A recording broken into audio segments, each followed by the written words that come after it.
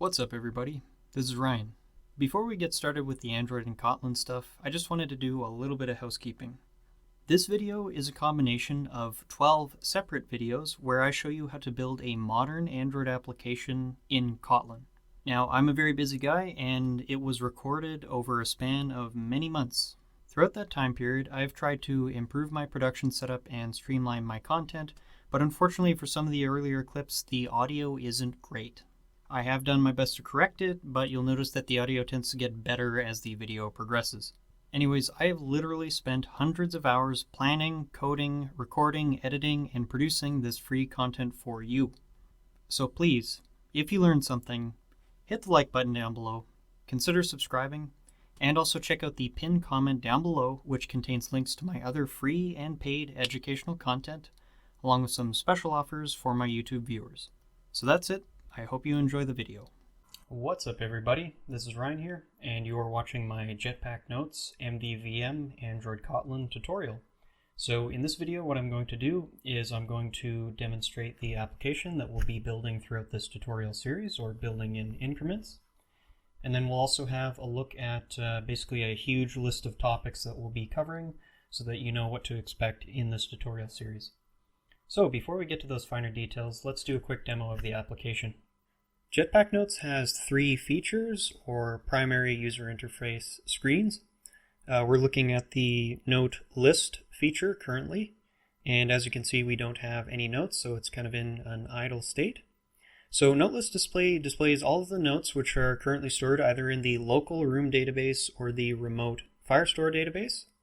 And the decision of where to save or retrieve notes is based on whether the user is logged in or not, and that's actually a concern which is handled in the back end of the application.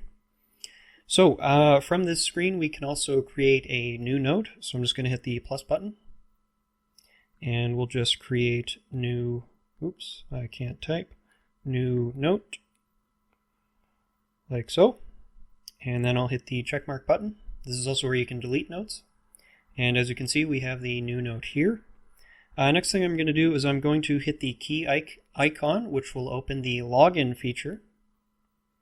And as you can see, we are currently signed in. So what I'm going to do is I'm going to sign out. Okay. And then I'm going to head back to the note list feature by hitting the back button.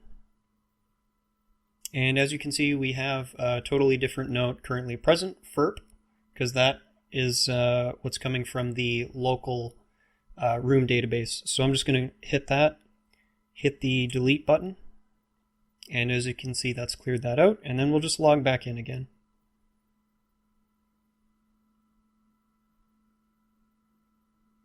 Sometimes it takes a moment. There we go.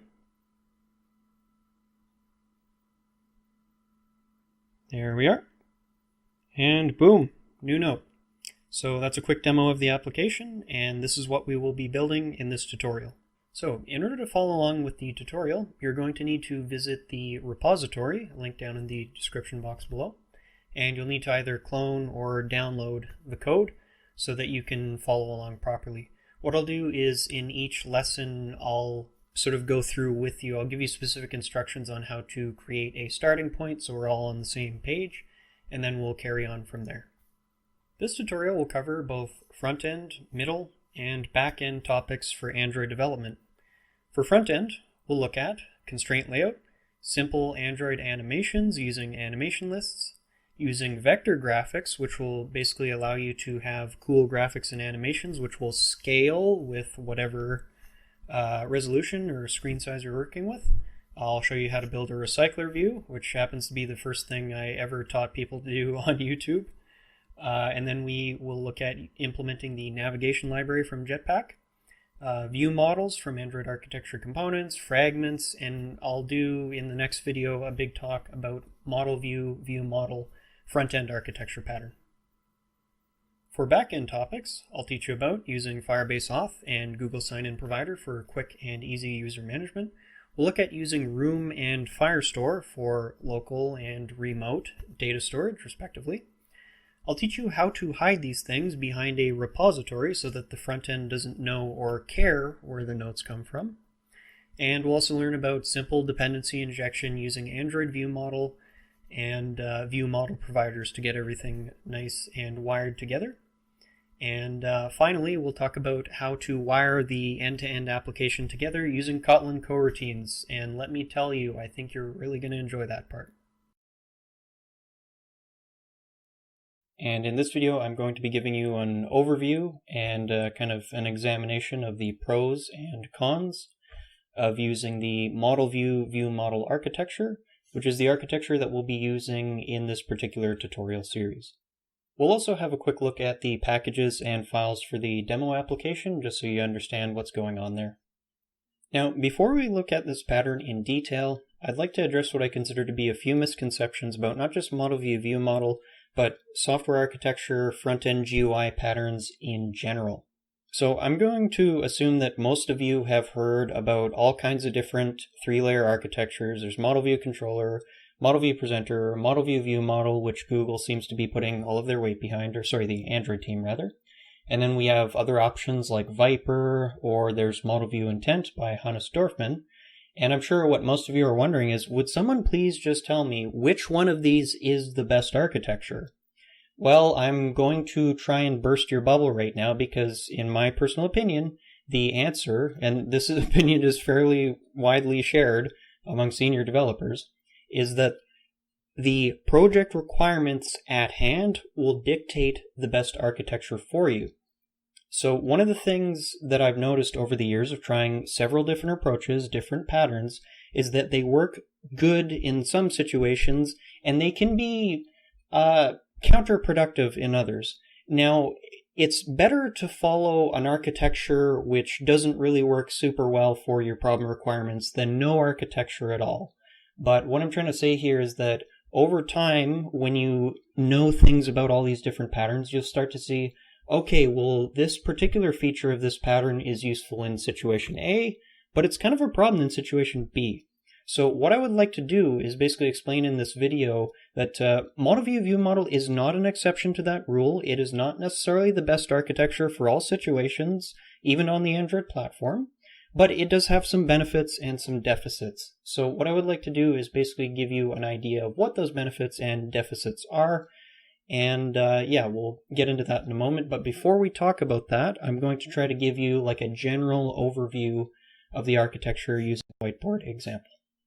Okay, so what we're going to do now is we're going to talk a little about the model view ViewModel front-end graphical user interface pattern. Before I jump into this, one thing to note is that unfortunately developers do not always consistently build these things the same way. So what I'm going to explain to you is a generalization. This is my interpretation of the model view ViewModel architecture, but like I say, you're going to find different variations of this, and the most important thing for you to know is that different variations will work better in different situations. So what exactly happens? How does it work? So the first and most important thing, the defining characteristic of model view ViewModel, in my opinion, is that essentially we have this thing called a view model in the middle, which encapsulates both the behavior and the state of the front end of the view, both the behavior and the state. So state being the data, and the behavior being what do we do when some event happens kind of deal. So the thing that's unique about model view ViewModel is that this thing in the middle, the view model, you're not allowed to have this view model actually directly tell the view what to do. I'm not allowed to draw a line from here to here, which would be a dependency. So if you're doing model view presenter, you are allowed to do that. In model view ViewModel, you're not, based on my interpretation.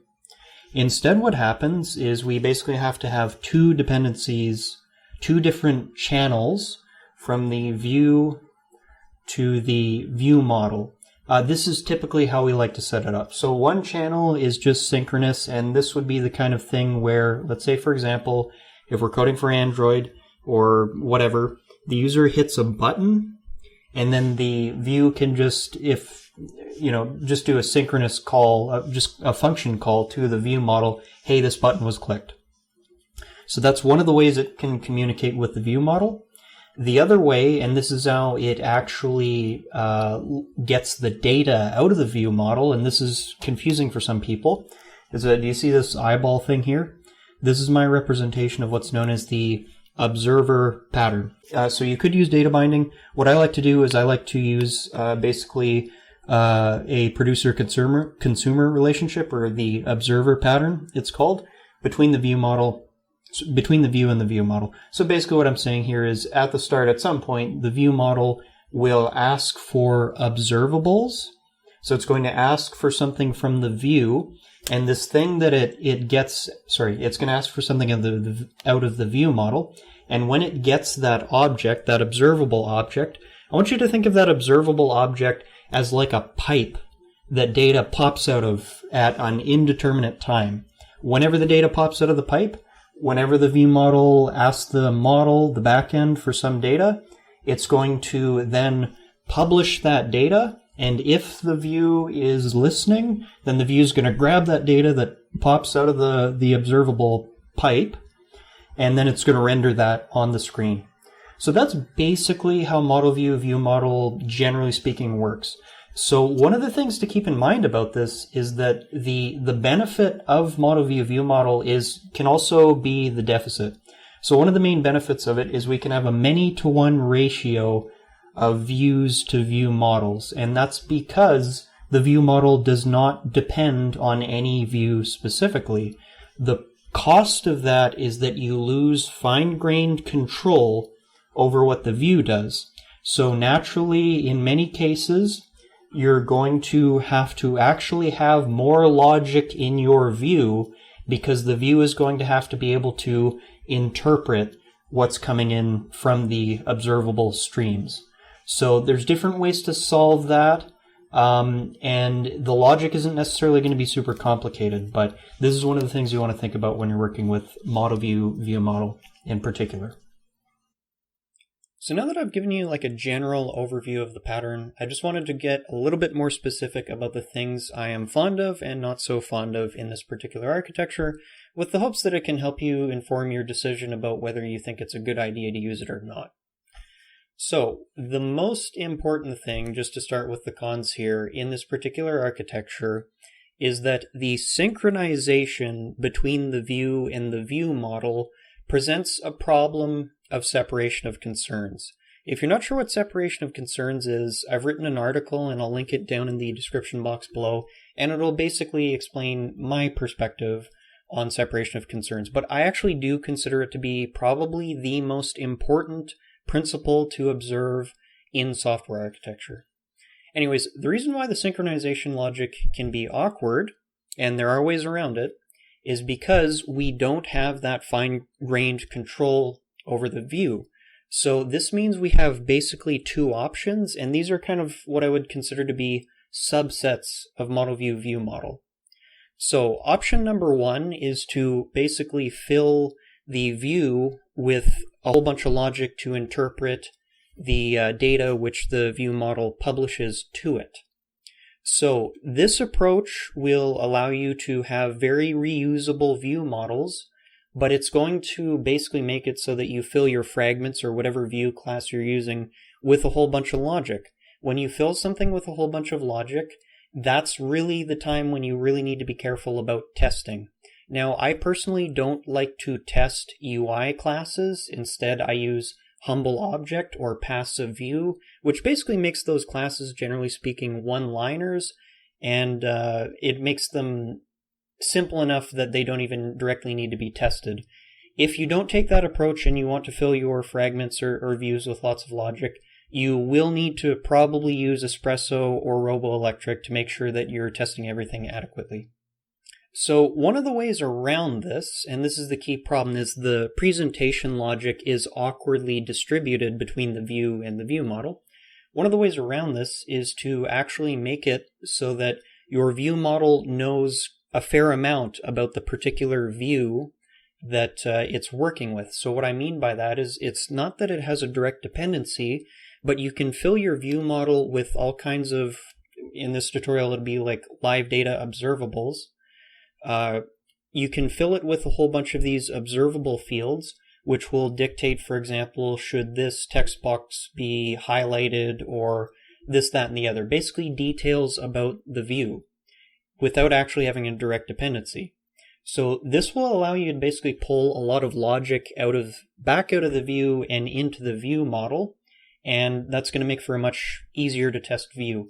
The caveat to doing this is that if you have all kinds of details about a specific view in a view model, even if there's no direct dependency, you are still tightly coupling that view model to that particular view. So you lose the reusability of the view model if you take that approach in exchange for not having to have a whole bunch of logic in your fragments. So with those considerations in mind, which aren't necessarily application breaking, but as you can see, there's not actually a truly specific model view model pattern here. There's actually some variations in it. And this is something that I've even heard the Android team admit when they were looking into this particular pattern. So as you can see, we've kind of got these different approaches to it, and they're going to have different benefits. So if your user interfaces are like super simple, then you're probably going to be able to get away with having fairly decoupled, unspecific view models.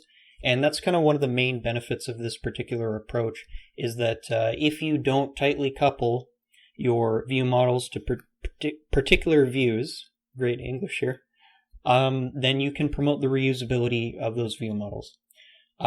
Side benefits is, of course, you are applying some kind of separation of concerns by separating these things out. So you're going to get some benefits to testing and modularity as well. And one important feature, which this is something that's specific to Android's particular tools, so Android architecture components and Jetpack and that. But one of the biggest benefits for this particular approach on the Android platform is that concurrency and lifecycle really is a breeze when you apply this particular architecture and you use their components. So the final, more detailed point I'd like to make on this particular architecture is that if you confine yourself to just having model, view, view model, then you are definitely, well, I won't say definitely, but probably going to run into problems where you have this awkward separation between the synchronization logic of the view model and the view, and you have to kind of pick one path or the other, reusability or not filling your views full of logic. There's actually another solution which you can apply, which is actually what I apply in my production code. I don't confine myself to just using model, view, view model. In fact, most of my architectures, when you look at them, you'll usually see something which is something along the lines of like model, view, presenter, view model. And the view model has a different role. It's not so much a logic class as just a front-end session data container. So anyways, the point of that is just to say here, for the people listening to this, certainly do model, view, view model and carry it as far as you would like. But if you get into a situation where you have this ugly, awkward division of presentation logic between the view and the view model, another option is to actually create a fourth class, like a presenter. Call it whatever the hell you want. I just call it a logic class. And then you can actually pull out that logic again, decouple it from the view model, and then you can have this sort of fourth object handle things like click events. It's going to simplify your view models, and I would kind of suggest that as you start to build more and more complicated applications. If you're building simple applications, though, usually you can get away just fine with just having the view model in the model. So the last thing I'll be doing in this video is giving you an overview of the package structure of this particular application. So the repository is at Jetpack Notes MVVM Kotlin under bracket cove. Link in the description box down below. And what we'll do is we'll just open up the app module here. Let me just zoom in a little. And I just wanted to talk about what's within the main package here. So we've got 4 primary packages or directories.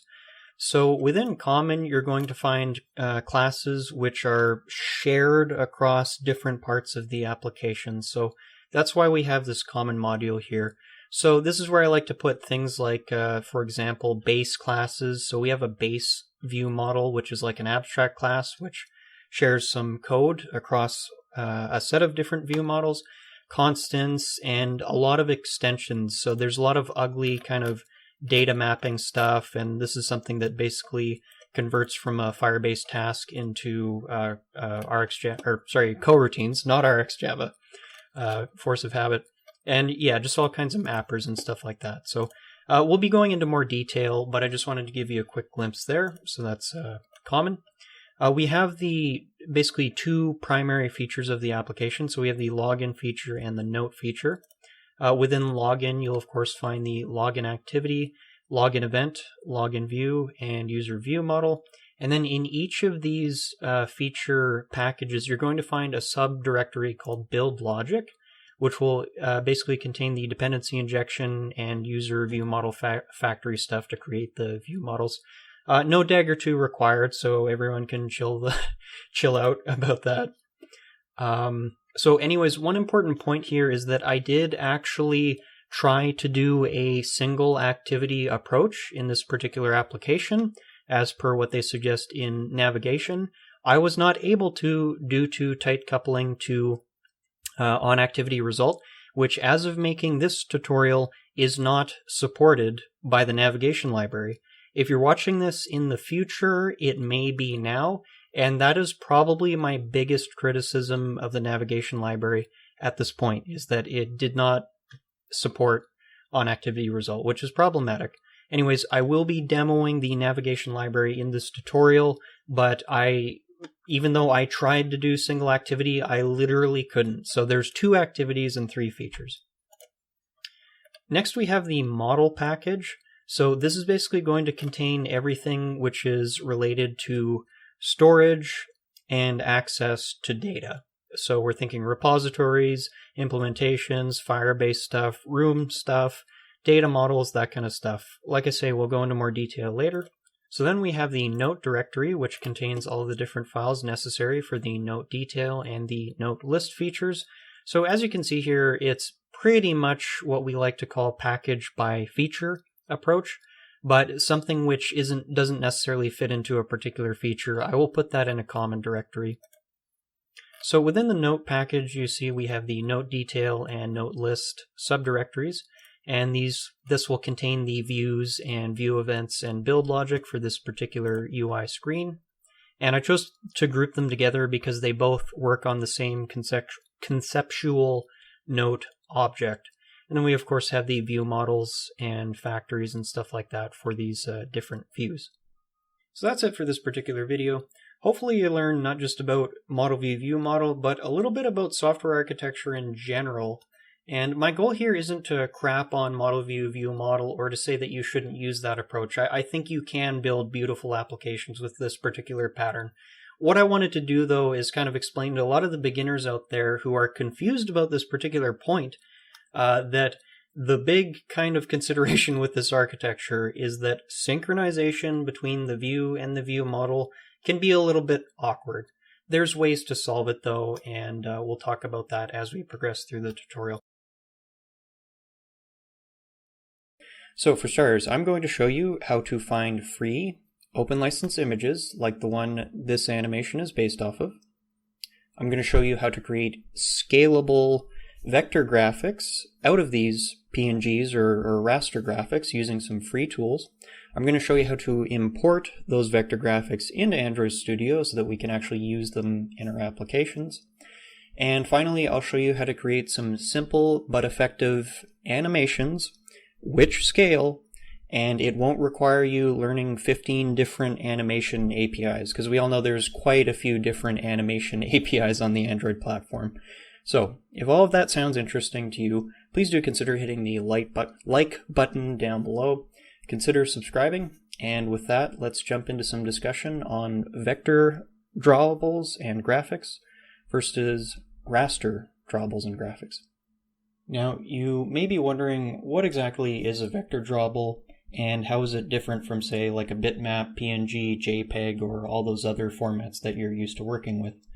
Well, the key difference is that bitmaps or PNGs or JPEGs, all those sorts of things, which are known as raster graphics, are in essence a collection of bits, bitmap, hence, which ultimately represent pixels drawn on the screen. So for example, if we wanted to, in a raster graphic type format, render a triangle, then ultimately you're going to end up with something that looks about like this if you zoom in close enough. So we want to think of like each sort of segment of some screen or device has a finite number of pixels.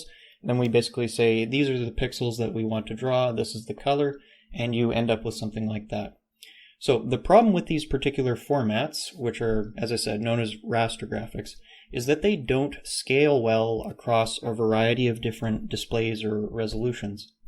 One solution to this is to provide many different versions of the same image, which have different resolutions. So on a really high quality device, you're going to provide a much higher resolution icon or image or something like that.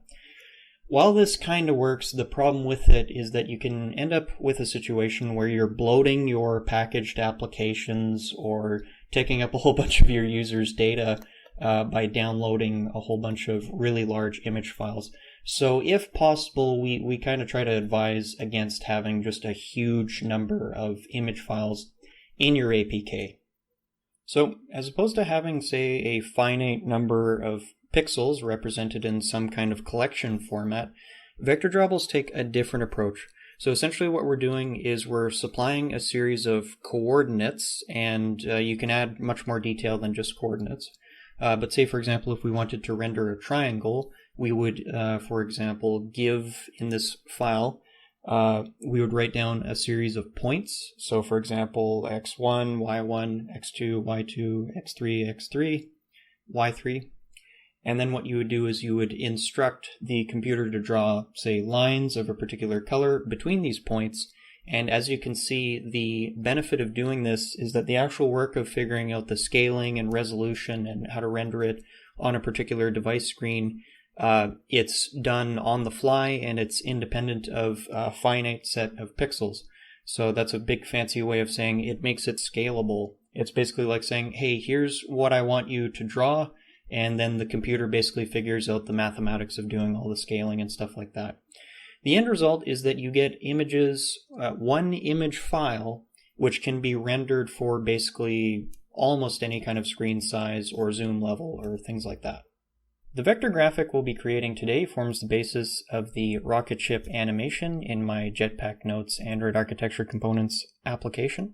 So just an important thing to point out, notice how this animation scales really quickly and easily to a variety of different screen sizes, as you can see here. And so what I'll do is I'll show you where I got the basis of this particular image from. Please visit the repository link down in the description box below.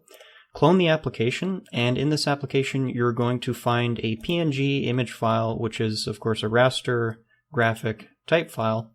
And what I'd like you to do is go ahead and download that repository, and this is the file that will be basically turning into a vector drawable, so you don't have to download it from, say, OpenClipArt.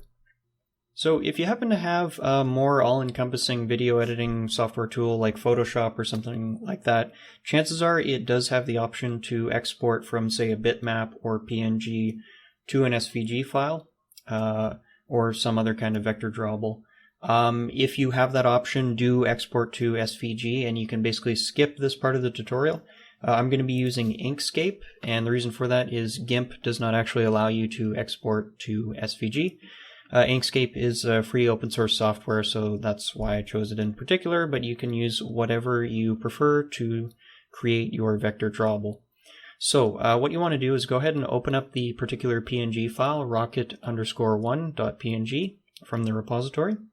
And you're going to need to select it, so click on it and hit Control-A, and then go to Path, Trace Bitmap. Now, there's a couple different options you can select here. You're going to, of course, want to pick the option which renders your image as you prefer. I'm going to select Colors, like so. And as I can see here, that looks about right. I'm also going to click Remove Background, and then we'll hit OK to actually execute the trace. And it looks like it has worked. And now we have our traced out SVG file going on here, our collection of paths. And the last thing we need to do is go to File, Save As, and you can just save it right into the same drawable folder that you grabbed the PNG file from. I'm going to name it the same thing. Just make sure that for the Save As type thing you have selected here, you're going to want to pick Inkscape SVG. Alright, so we've created our SVG file through Inkscape, but as you can see here, it has a whole bunch of metadata and crap in here that we don't actually really want to include in the thing that we'll be using in our project. So what we're going to do is you can just go right-click on Resources or Drawable, select New Vector Asset, like so.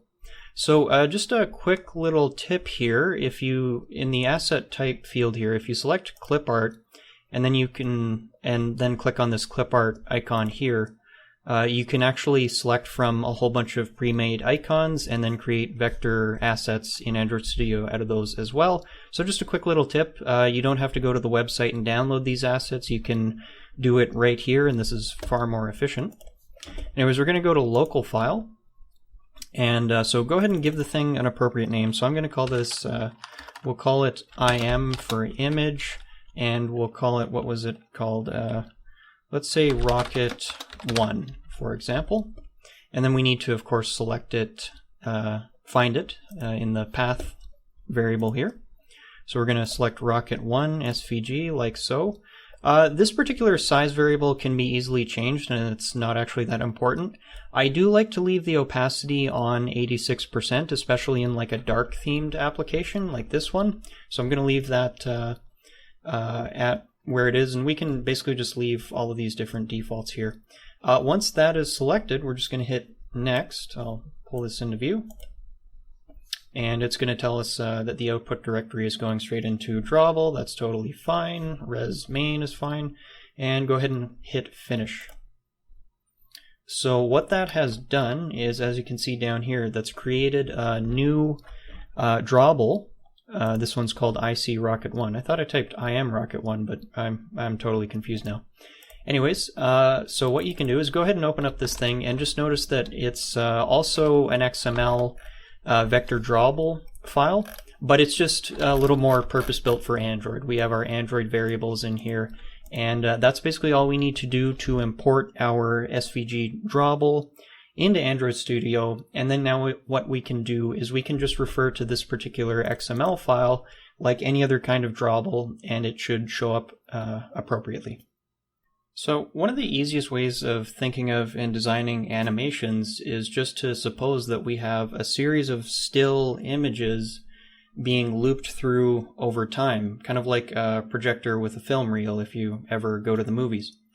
So what we're going to do is we're going to create an animation list XML file. It's going to be super easy, and in this list we'll supply a series of different drawables to animate through, and that's kind of how we'll actually create the animation effect. So in Android Studio, what I'd like you to do is you're going to right-click on the drawable folder, go to New Drawable Resource File, and what we're going to do is we're going to call this thing Rocket Loop 2. I'm going to call it that because there's already a file called Rocket Loop, and you can leave the qualifiers in that as defaults.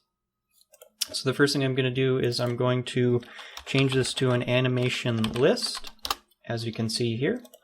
And then in this animation list is where we will supply the different drawables that we want to loop through. So we're going to create items, and we're going to say item Android drawable. And so what we're going to do is I'm not going to show you the whole process of creating all three different drawables, but what we want to do is we want to supply our scalable vector graphics here.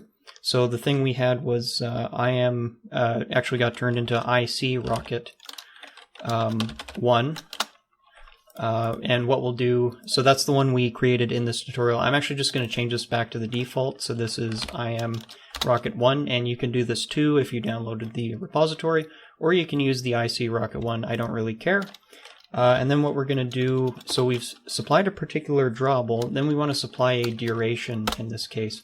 So I'm going to type 200, which is about 1/5 of a second, so this is going to be a pretty quick animation.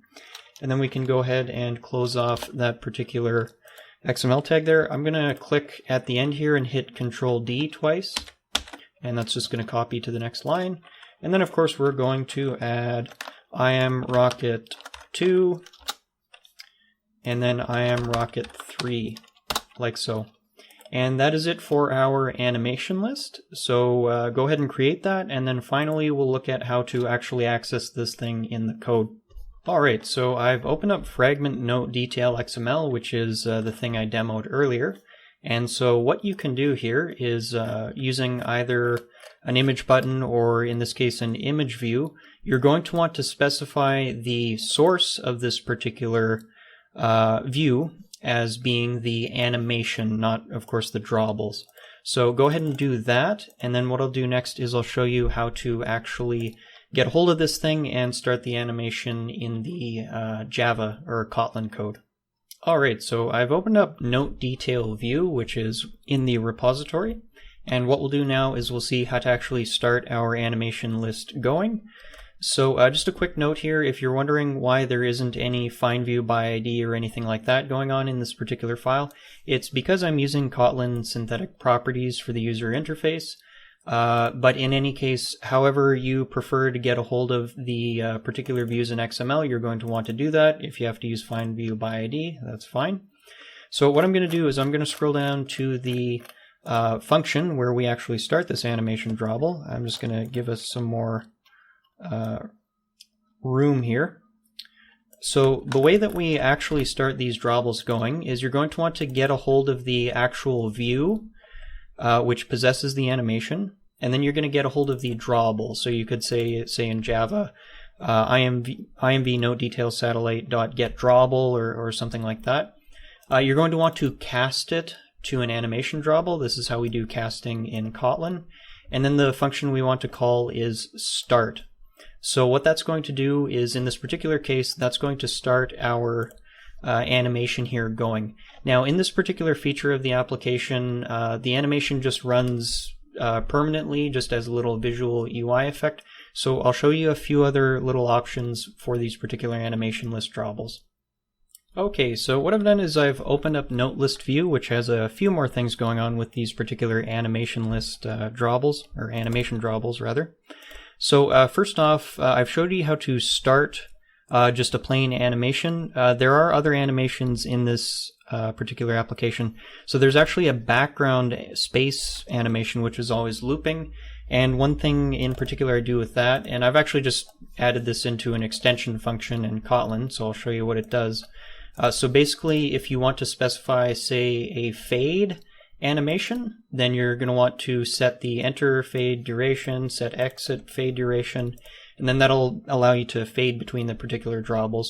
We don't need to do that with the rocket ship animation, but it works nicely with our space loop animation. And then, of course, we call start to actually get it animating. Now, in this particular feature, depending on what goes on, we do need to actually stop the animation. So when you want to do that, again, you're going to want to cast the drawable of the view that possesses the animation, and then you just want to call stop, as we see here. So that's basically it. So what we're going to do is we are going to build the login form of the Space Notes application. Quite specifically, we're going to be building this layout. And the purpose here is to teach you some of the basics of applying some principles of material design, and also the basics of using the constraint layout effectively, because one of the things with the constraint layout is that there's a way you can work with the tool in the design editor where you're clicking, dragging like 50 different constraints and attaching all these things together. And then more recently, they've added some features where we can streamline a lot of that process. So that'll be the main focus of today's video. I'll also talk a little bit about styles and a couple different things like that. But yeah, let's get started. So before we build the layout itself, I wanted to talk about some styles and resources that we'll be using. So we will be using animation drawables for the animated background, the space animation, and also for the antenna animation. And we'll also be using some vector drawables for our icons and also the antenna animation. So if you're not familiar with those topics, what I'm going to suggest you do is head over to the previous video in this series, number 3, because in that video I cover how to create vector drawables and animation lists and how to do that with totally free tools. And if you're curious about what a vector drawable is, just go watch that video, but understand it's you don't necessarily want to use them everywhere, but the benefit of using them is that you can have one file which scales to multiple different resolutions as opposed to having to supply images for each particular resolution. So definitely consider checking that out, but what I'm going to ask you to do now is in the description box below, there is a repository, a link to the repository which contains the code that we'll be working with. So hopefully you've already done this before, but if you haven't and you're just jumping into this tutorial series, go ahead and clone or download that code, because that will be the basis from which we work from. We'll also be using some styles which are located in the View Styles XML file. So the purpose there is just to remove some redundant XML attributes and try to get it so that if I need to change something, I'm only changing it in one place. I won't be going into detail about that in this particular tutorial, but do consider checking that out, because as you'll see, we'll be adding some styles to our layout files for that purpose. Alright, so the file that we're going to be rebuilding specifically is fragment login. So hopefully at this point you have downloaded or cloned the repository. If not, you can of course still follow along with what I'm doing here. So, yeah, as I say, we're going to be rebuilding fragment login, and in order to have the code easy for you to reference, just go ahead and right-click on the layout folder, go to new layout resource file, and we're going to create a new one called fragment _login_demo, like so, and go ahead and set the root element as a constraint layout. There's a couple different options here, so just make sure you select the constraint layout, but if you have to change it later, that's fine too. There we are. And we are ready to get started. So first thing, let's go ahead and give it an ID here. So I'm going to type ID @+ID, and this one's going to be called root fragment login. Just be aware there's going to be some overwrites here because we have the same layout in a different file, but that should make things a little bit easier in terms of autocomplete. So yeah, we've added an ID to that layout, and then the next thing we're going to want to do is set the background, like so. So the specific background we're going to be using is called Space Loop. Like I said before, if you want a detailed explanation of how to set these things up, you're going to want to watch the previous video, but let me just open up Space Loop really quickly here. So that was just Control-Shift-N to open a file, and this is basically what it looks like here. So as you can see, we've got a couple different drawables. The root tag is animation list, and the duration is basically it's going to loop through these animations kind of gradually. This will be like a 2-second delay. And these drawables, just so you're aware, these ones are going to be PNG files, whereas we'll see with the icon animation, they are actually vector drawables. So anyways, so what I'll do next is I'm going to click on this image button and just click and drag it into the top left corner of the screen, like so. This is going to open up a dialog to select some kind of resource. So you can select some kind of pre-made resources that they provide for you for different, just like kind of placeholders and icons and all kinds of different things. In this particular case, we also have these really horrendously weird looking avatars. I have a specific file in mind, which I've added ahead of time. So the drawable we'll be using in this case is in the Project tab, and we're just going to navigate to, let's see here, this is going to be IC arrow back black, like so. So I'm just going to click on that. It's not actually black as you can see here, but that's fine. So I'm just going to click on that and hit the OK button, and that has added in this particular image button drawable. So what we're going to do first is I'm going to show you one of the ways to kind of manually set the constraints for a constraint layout, and then for the rest of this particular layout we'll see a way to do it way quicker that works in certain situations. So the first thing I'm going to want to do is, now that I've dragged this thing into a particular area of the screen, I'm going to want to basically constrain the top of this view to the parent top. So I'm just going to click and drag and then kind of bring it to the top of the screen here. Can't really see what's going on in this editor, so let me switch to the blueprint editor here. Then I'm going to click and drag to the left side of the screen, and as you can see, that has constrained our back button like so. And what I'm going to want to do is I'm just going to want to play with the margins a little bit. I think I'm going to do 16 by 16 for the margins. Sorry for the very crowded screen. So we're almost done with the image button, and this is going to be like our back button here. But one thing I wanted to do is I want to make it so that it's actually styled like a toolbar button, since we're kind of doing a custom toolbar. So one of the hacky but totally legitimate ways I do that is I type style. So this isn't actually a style which I created. I'm just going to type @style/widget.appcompat, and then we're going to select action button. So that's going to do a couple of things. It's going to remove that ugly sort of dark gray background. It's also going to add things like an animation when the image is clicked and things like that. So it's just going to add a bunch of styling information, and I do recommend that you do that. Now in the text editor, we're also going to want to rename this view. So I'm going to call this thing IMB toolbar back, like so. And that's basically all we need to do here. So one quick point, you'll notice that here, Android Studio has automatically added this source compat attribute here. So this is because we're dealing with Vector Drawables. So just one quick thing to point out here. If you're basically targeting applications on API lower than 21, then this thing isn't actually going to work properly with all views. And I'm not sure if it actually is backported to everything, but if you're using Vector Drawables, you're going to want to go to your app level build Gradle file, or module level build Gradle file, whatever you've called it. You're going to want to add in this Vector Drawables equals, or Vector Drawables.use support library thing into your build Gradle file. Now in this case, because we are only targeting API 21 and above, I don't think that's actually necessary, but just for backwards compatibility, I wanted to mention that.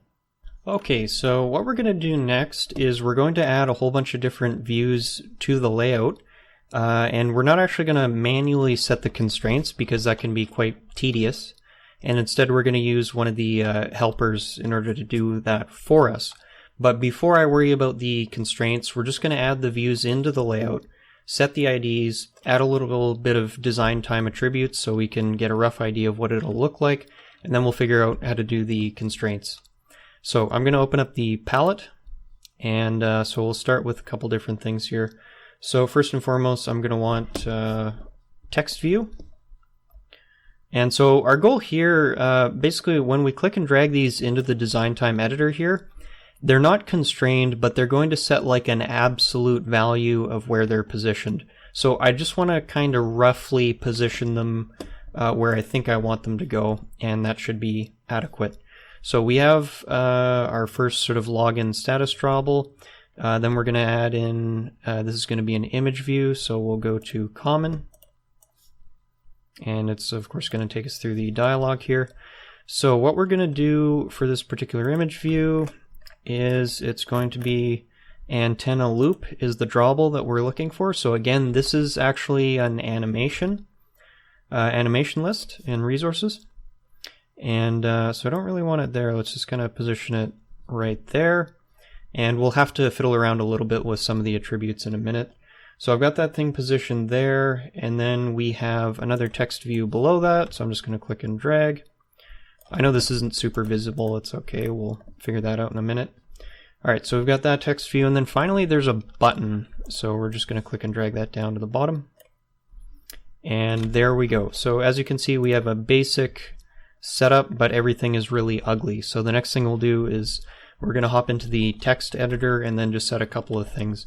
Very often what I'll do is I'll spend most of my time in the text editor, but when it comes to like setting up the actual constraints, then oftentimes I find it easier to do it in the design editor. So the first thing I'm going to do is I'm just going to fix all of the different generated IDs. So using whatever convention you like, as you can see, I have some habits of mine from other platforms, but we're going to type LBL. This one's going to be called login status header. Then we have our image view. So I don't want this thing to be wrap content. This thing's actually going to be 128 dip. Anyways, we can fiddle with that in a minute. For its ID, that's going to be IMV antenna animation, like so. Sorry, I'm trying to find an adequate zoom level here that's not too obnoxious. And yeah, then we've got our text view. So this one is going to be called LBL login status display. And then we have our button at the bottom. So this one is going to be called BTN auth attempt. So you don't have to use my particular convention for naming these IDs, but I do suggest you use a convention. I'll probably end up switching to camel case for these because using Kotlin Synthetic Properties, I end up having to have this ugly underscore case in my Kotlin code. So just something to consider. All right, so I wanted to set the IDs in particular before we go messing around here with the constraint layout editor, because once the constraints are set, you need to mess around with the IDs afterwards if you change them. So now that we've got that set, let's hop back into the design time editor. And so in this case, I see that the image view has gotten positioned a little bit weirdly. So I'm just going to, again, kind of manually position these things where I think I want them. Something about like that. And then what I'm going to do is I'm going to switch to the blueprint editor here, just so we can have a pretty clear view of what's going on. And then what we'll do is, so I'm going to click on each of these views, and holding Shift, I'm going to select all of them. All right, once we have everything selected, just right-click on one of the views and go to Chains, and then we're going to create a vertical chain. So what that's done for us is it's basically constrained all of these views to each other and the parent, as you can see in this sort of chain. So let's just hop back into the design editor for a minute. So as you can see, we have everything kind of aligned horizontally the way we want, but the actual spacing here is pretty ridiculous. So what we're going to do is we're just going to click on this little chain icon here, and this is going to change the type of chain. So there's a couple different options. There is, let me just grab my notes. So there's going to be spread inside, spread, and packed. In this particular case, we're probably going to want packed, I think. That's not it. There we go, something like that. Okay, so we've got these views roughly where we want them. What I'll do next is I'm just going to select each of them, and then we're going to constrain them horizontally. So again, just click and holding Shift, select all of them. This can be a little bit tricky with these buttons popping up, just be aware of that. And then once we have these things selected, I'm just going to right-click on them, and then we're going to go to Center, and then we're going to select horizontally. And what that's going to do is it's going to horizontally constrain all of those views. And as I said before, this is a lot quicker than having to do this manually. That's how I used to do it. And it works, but it's kind of tedious. So one of the main takeaways here is just learn a little bit about these different options that they provide you in the editor and see if you can use them to expedite the process of building your layouts a little bit quicker. Okay, so we've got everything roughly where we want it to go. So the last thing we'll do is we'll play around with some of the specifics here just to get a more material design and stylish look. So up here, we can probably add some design time text to this particular view. Actually, this thing I believe is always login status. So we'll just set it to that. And it looks like that thing needs a little bit of styling. So I'm going to type style. And we're going to use, yeah, that's the one, text.primary.login header. And that should just give it a larger font size, as you can see here. It's looking a little bit better. We'll move down to the image view. And for the image view, it's already pretty close to being good to go. One important thing, if I wanted to support tablets and things like that, I would probably not want to actually hard code these layout height and width values. Instead, I would want to provide them in resources. But like I say, we're skipping a couple of things here for the sake of the tutorial. Anyways, so what we want to change here is that the sizing is all good, but we would prefer a white drawable in this particular case on the dark background. So I'm going to type Android tint, and we're just going to hard code in FFFFF. 6 Fs, which is the hex code for white, and as you can see here, that's looking like that. So let's move to the next text view below, So this one, the text changes frequently. I'm just going to type tools text instead. And so we're going to type signed in as one particular example status. And then we also have some styling for this view. So this one is, I believe, text.primary.loginheader.sub. Yep, that's looking a little bit better. And finally, let's head down to our button. So I've made another special style attribute for this thing, which is going to be style/auth button. And this is the button that I actually use to trigger the Google sign-in. So anyways, the text for this particular button is going to be, it changes frequently at runtime, but we're just going to type tools text, and then we're going to type sign out, like so. And let's just have a quick look at what that looks like. All right, not looking bad. So that's basically it for the XML stuff here as far as the layout is concerned. I know earlier I mentioned I wouldn't go into detail about the styles, but I thought I would just show you a little bit about this particular file, viewstyles.xml. And so one of the biggest tips I can give you in terms of giving like a nice material design look to your application, use the sans serif font families, and that'll give you some nice Roboto fonts. And then also the different sizes that I use to basically come from the Android material design documentation. So, the Google's material design documentation rather. So I do highly suggest you check that out and just try to follow what they recommend as best as you can. But also, feel free to take some creative license over what you do as well. Also, one quick point with styles that you can actually use them like in sort of a CSS way. So you can overwrite different values, but also inherit from parents and stuff like that. And I use that quite frequently. And in today's video, I'm going to be showing you how to set up the navigation component from Android Jetpack. So firstly, as of making this video, the navigation component does not work out of the box with onActivityResult. I did see a couple people had some really hacky shared mutable state solutions for solving this problem, but I wouldn't actually recommend them when it's actually easier to just not use the library in the activity which receives the result, which is what I chose to do in this particular application. So that's kind of one of my criticisms here is there's kind of a strong push to move to a single activity approach. And this was one case where I wanted to do that and couldn't based on framework limitations. Now, like I say, as I'm making this video, I have seen that there's some discussion about adding integration with navigation and onActivityResult possibly in later versions, although it doesn't appear to be a very high priority. Anyways, in fairness, if you're watching this video several months or even years from now, there's a chance that it has been integrated with the library, and if that's the case, then that would make me very happy. I was also told recently by a friend of mine, Davor Maric, who's an awesome programmer, that navigation does not play nice with view pagers and fragments, so another thing to be aware of. So while I'm not really happy about some pretty common use cases having some problems with the library, I think those are things which hopefully will be improved on over time.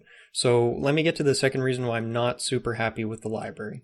So I just didn't really feel like the steps required to implement navigation and the fact that we're basically pulling logic out of Kotlin code or Java code and putting it back into XML was really worth the effort of setting up relative to the problems that it actually solved in my applications.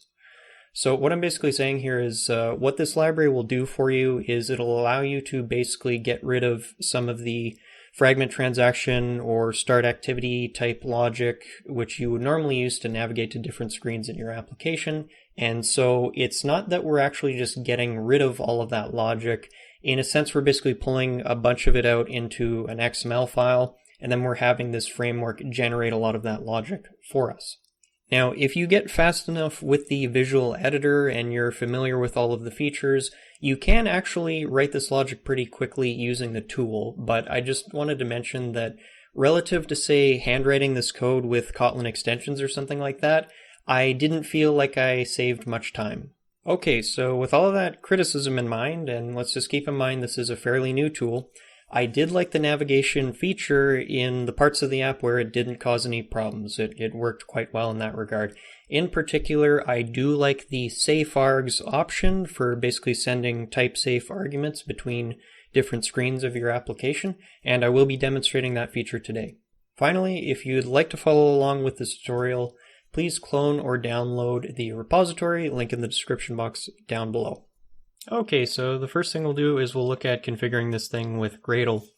So in your build script function here, in your project level build Gradle file, we need to add a particular configuration to the build script dependencies. In particular, we need to add this thing here, androidx.navigation::navigation Safe Args, blah, blah, blah. And once you add this thing in, that's going to allow you to use the Safe Args plugin. And what we'll do next is we'll see how to add that to the module level build Gradle file. In the module level build Gradle file, you're going to want to add up at the top here, apply plugin androidx.navigation.safeargs.kotlin. Now, if you're in Java, you're going to want to probably delete the .kotlin, and I think that's the appropriate plugin for Java. Anyways, down in the dependencies, the two dependencies that we'll really be working with are the navigation-fragment-ktx and the navigation-UI-ktx. So again, I think if you're working with Java or something like that, you just delete the -ktx and it'll work for you. But there is a page where you can figure out the particular dependencies, so just go check that out in the Android documentation. Okay, so let's get started building out the navigation component. So the first thing we're going to need is a navigation graph, and this is basically like an XML resource which specifies all the different destinations which our navigation component can travel to, along with plenty of other details. So what I'd like you to do, so presumably you have downloaded the repository, so go ahead and in the res navigation directory, just notice we have this file navgraph, which is what we will be building. What we'll do is we'll create another file. So I'm just going to right click on navigation. We'll go to navigation resource file. And we're going to call this navgraph demo. You can call it whatever you like. And so what we'll do is we'll basically rebuild this navgraph file over here. And I just want to have it there so that you can reference it. So here we have the navigation editor. So we've got a couple different things here. On the side panel, we have this destinations tab here. And as you can see, we don't currently have any destinations and no NavHostFragments is found. So we can go ahead and ignore that for a minute. And what I'd like you to do is we've got this new destination button up here. So go ahead and click on that one. And it's basically what we're going to do is we're going to add all the different fragments and or activities which we want to be able to navigate to. And these things are known in this library as destinations, obviously. So we'll need to add the note detail view fragment. Then I'm just going to add in the note list fragment. And as I mentioned before, just due to the integration limitations with onActivity result, we're not actually going to jump to the login view, which is a fragment. We're actually going to have to jump to the login activity. So we'll just select this option here. All right, so we've added all the different destinations, but as you can see, we have a little bit of work to do. So the first thing I'm going to do is I'm basically just going to click and drag these things storyboard style into roughly where I want them. So we're going to drag login activity up here, and we'll note list view is actually kind of like the main sort of dashboard of the application. And we'll bring note detail view down here. And before we do anything else, I just want to do a little bit of cleanup. Okay, so we've added our destinations, but I think we need to hop into the text editor for a minute and just make a couple of adjustments.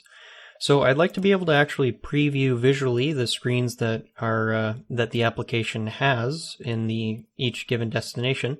And one of the ways we can do that is we can use this tools layout attribute here. So for those who aren't aware, the tools namespace is basically like a design time namespace, and whatever details you add here actually get stripped out of the packaged application. So in this case, we don't actually want to refer to the activity login layout because the activity login is just a container. What we'll want is, I believe it's called fragment login. There we go. And as you can see, that should fix that up. There we go. That's exactly what I'm talking about there. So we'll just add that in for the other fragment destinations here. So in this one, here I'll zoom in a little for everybody. So in that one, that's going to be fragment note detail. And then up above here, fragment note list. All right, loading, and that's looking a lot better, except I think I've reversed them. Okay, so this is fragment note detail. You know, I could edit this out, but I'm just going to leave this in here. That's it's pretty spectacular, Ryan. Okay, and let's just hop back to the design editor. Okay, that looks more like it. So as you can see, it's added a 2 onto these names because we've already defined them in the other file, but that's totally fine. Okay, so the way that we actually kind of define how to navigate between these different destinations is by setting up actions. So the way that you set up actions in the visual editor is you'll notice a lot like ConstraintLayout, each of these different destinations will have this little thing you can click on here. So you can click and drag that to a particular destination. And what that has done here is it's added this arrow, and the arrow basically represents an action. So go ahead and do that. Now, how this thing basically works is that the note list view is able to jump to either the login activity or it's able to jump to the note detail activity. So I'm just going to click there again. Oh, come on. There we go. And I'm going to click and drag that to the note detail view. Now in this particular case, once the user is done messing around with the note detail view, either when they hit the delete button, kind of hard to see, but yeah, there's either a delete or a checkmark button there. So once the user does that, then they're basically going to jump back to the note list view. So I'm going to select note detail view, and then I'm going to click and drag this one. Oh, that's not what I wanted to do. And we'll just have it point back to the note list view. So as you can see, we've defined pretty much all of the different actions or navigation actions which we'd like the application to be capable of implementing. There is one last thing we need to do here though. Well, there might be a couple of things, but what we need to do is, in this particular case, often what will happen is, this is basically like a list view, and oftentimes the user will be selecting an item in a recycler view here, and then we'll need to send the ID of that item over to the note detail view. And this is a very common pattern. You'll see this all the time. It's a lot better than actually sending the whole note item. You just send the ID over. So what we can do there is we're going to click on the action between the note list destination and the note detail destination here. And I'm going to click on the attributes panel here. And what we can do is we can actually add some argument values to note detail view. Sorry, don't actually click on the action here. Click on note detail view, and this is where we can add arguments. So in this tab here, we have arguments. We're just going to hit plus. And so the name of this argument is going to be note ID. Definitely try and give it a good name, of course. The inferred type is going to be a string. Sorry, not the inferred type. The type is going to be a string. You can select inferred type, but we're just going to use some simple data here. And then it's not going to be nullable, and we don't really care especially about a default value in this case. So yeah, just go ahead and type note ID, select string as a type, and hit add. And so just as a reminder to everyone, all of the stuff we're doing in the visual editor is basically just creating a whole bunch of boilerplate in the XML for us. So what we can do here is, now that I've added that particular argument to our note detail view, it's added this little entry down here. So that's basically all we need to do to actually configure this thing properly. Just one final note here, up in the top of the navigation tab here, we have this app start destination attribute. So this is where you specify basically which particular destination you want to start the application from. And in this case, we don't want to start in note detail view. We want to start in the note list view. So I'm just going to type note list view 2 or whatever name it has, and that'll be the starting point of the application. Now, when I say starting point of the application, that's assuming that your application's manifest file points to the activity, which will be basically like the host for our navigation setup, and we'll look at that in a moment. Okay, so now that we've built out this particular XML file here, What I'm going to suggest you do is, unless you actually want to keep this thing just for notes or something like that, please go ahead and delete this file we just created, because we want to actually be using the old file just so it works well with everything in our application. I just wanted to show you the actual process of building out the navigation graph using the design editor. Alright, so now that we've got our navigation graph set up, what we can do is we can set up our NavHostFragment. Now, again, just a really quick bit of practical information here. What I would suggest is, one of the goals of this particular library is to go for a single activity approach. I think that's totally great, except as I mentioned before, I literally wasn't able to do that due to library limitation. But what I'm going to suggest to people is for different features of your application where you're running into trouble with this particular library, my recommendation is to just pull that into a separate activity, and you can apply like a model view presenter or whatever to that particular feature of the application. Just have your navigation graph point to its activity instead of the fragment, and then just do what you would normally do. And when you need to jump back into the navigation graph, you're of course going to have to start the sort of navigation host activity, which in this case is note activity. So anyways, enough rambling. Let's go ahead and configure that note activity. And so the note activity basically manages both the note detail view and the note list view.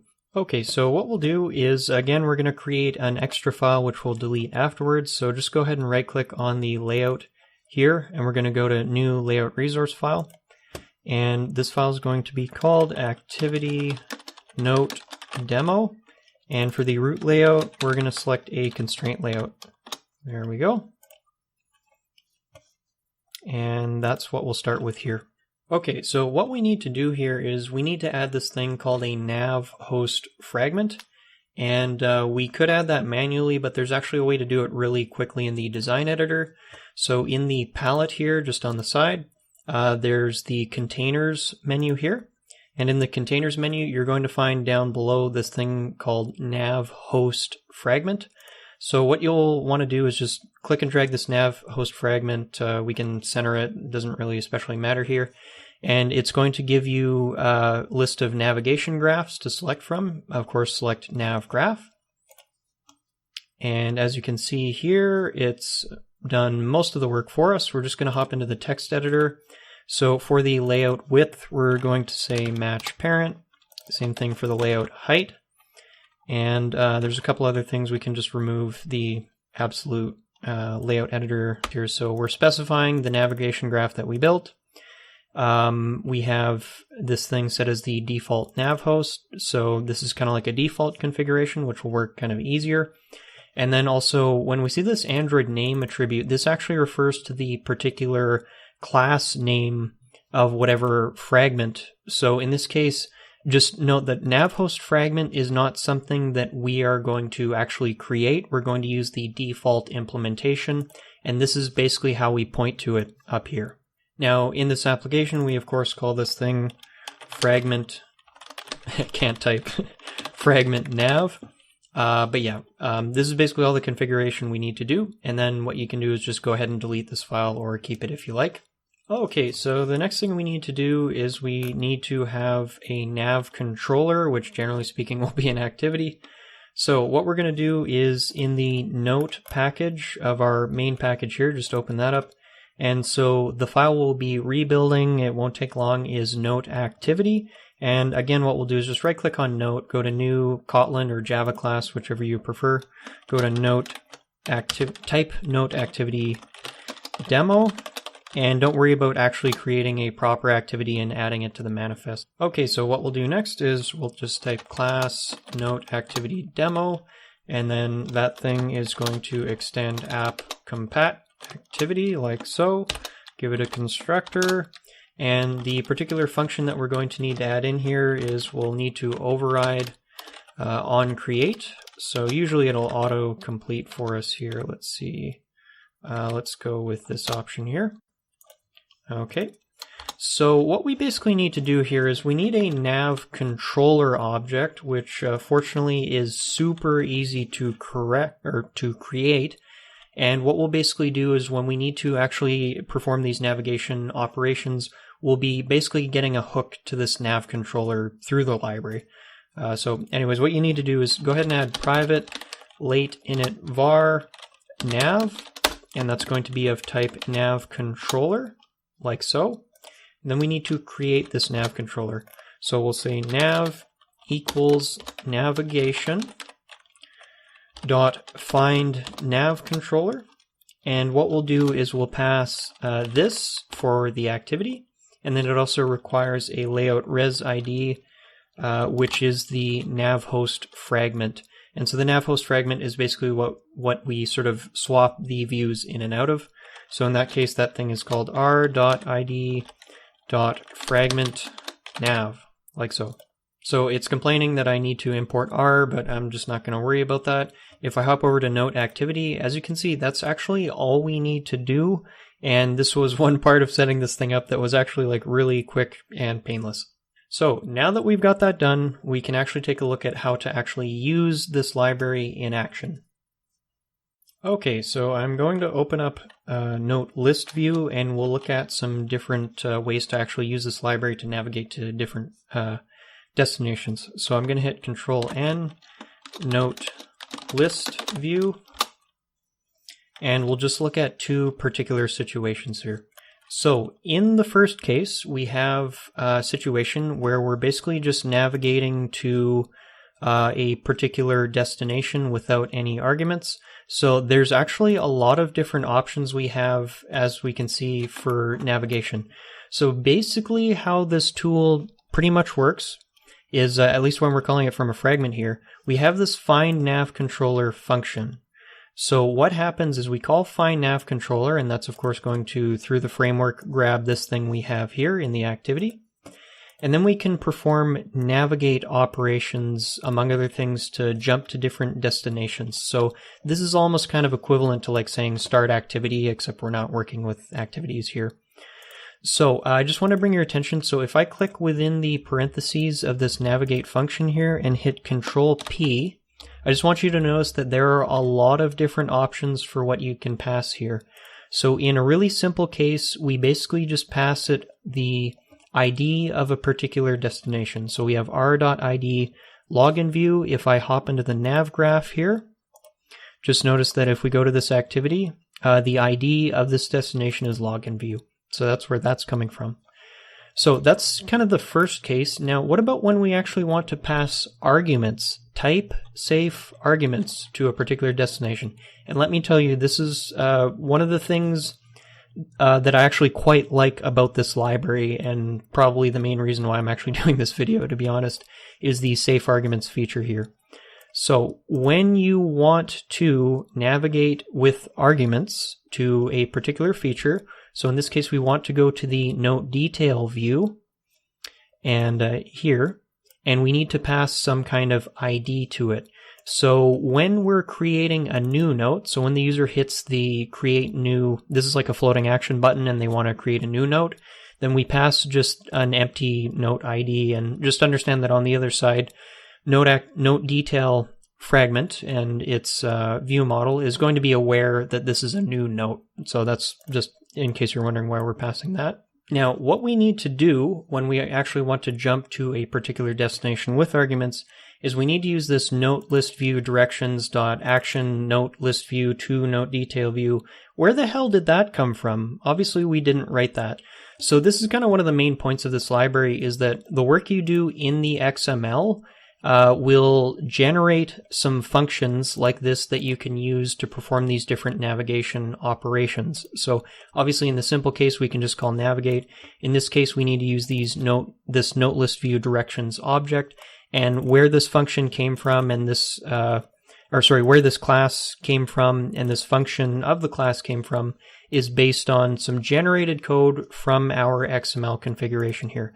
So with that in mind, you may need to build your project in order to actually create these things, because I'm pretty sure they're made at compile time. So in this case, once we've created our direction and we've given it the particular action and the arguments that are required of that action, and all of this has been generated for us, then we pass that direction object to our nav controller, and then that's how we actually get to the other fragment with the arguments.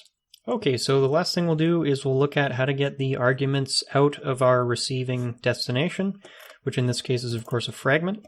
So I'm going to scroll down to the ViewModel.handle event function here that's within onStart.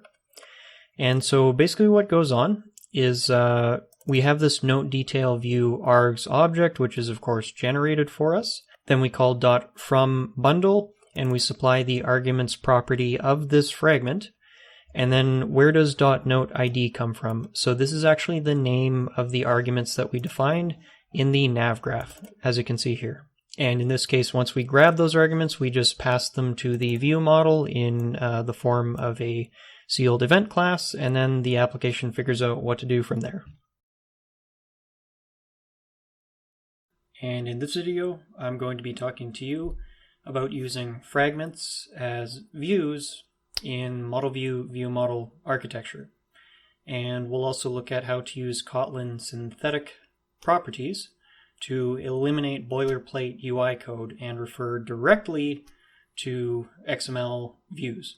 Now, how this is going to work is in this video we will write the fragment, and then of course in the next video we will write the view model, which our fragment currently talks to. Before we get to coding the fragment, I just wanted to talk about Model View ViewModel architecture for a moment.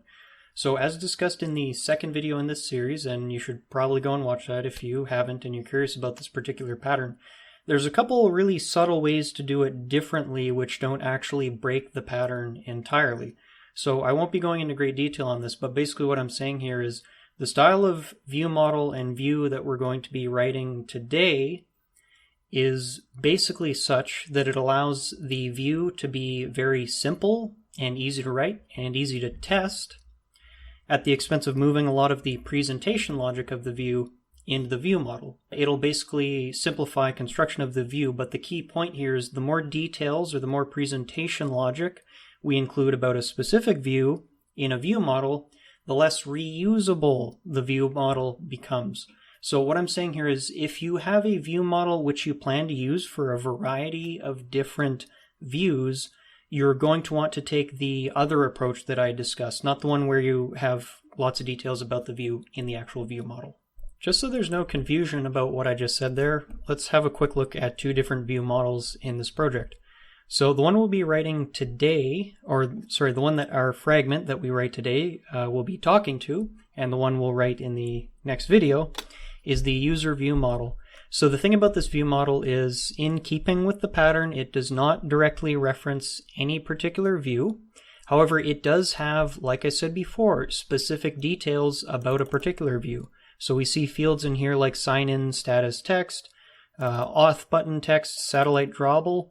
So as you can see, this view model is going to work really well with a particular view, but it's not necessarily going to be something that we can reuse with a whole bunch of different views. When I open up Note View Model, basically you will pretty much not see any specific details about a particular view within reason. So we're not going to see these show error state type functions. We are going to see things like note was deleted, note was updated, and we'll see that we do actually publish a note object to whatever observable is, whatever observer is listening. But the thing about this is, by taking this approach of having more reusable view models, we're now relying on the fragment or the view to basically handle this presentation logic. Okay, so if you would like to follow along with this tutorial, and I do suggest you do if you're going to watch it, then check out the description box down below. You'll find a link to the open source code repository, and you can either clone or download it. Anyways, what we'll be looking at first is how to configure Kotlin Synthetic Properties in Gradle. So the first thing you need to make sure is that you have the Kotlin Gradle plugin installed. This one here. Sorry, my word wrap is kind of screwing it up.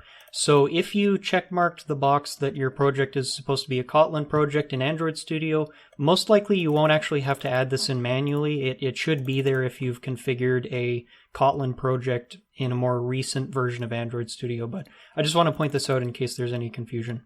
Secondly, one thing you probably will need to add is go ahead and open up the app level build Gradle file, and this is true for whatever module you might want to use. the Kotlin Synthetic Properties in, you're just going to want to apply this particular plugin here, Kotlin Android Extensions Apply Plugin, and that will allow you to use Kotlin Synthetic Properties.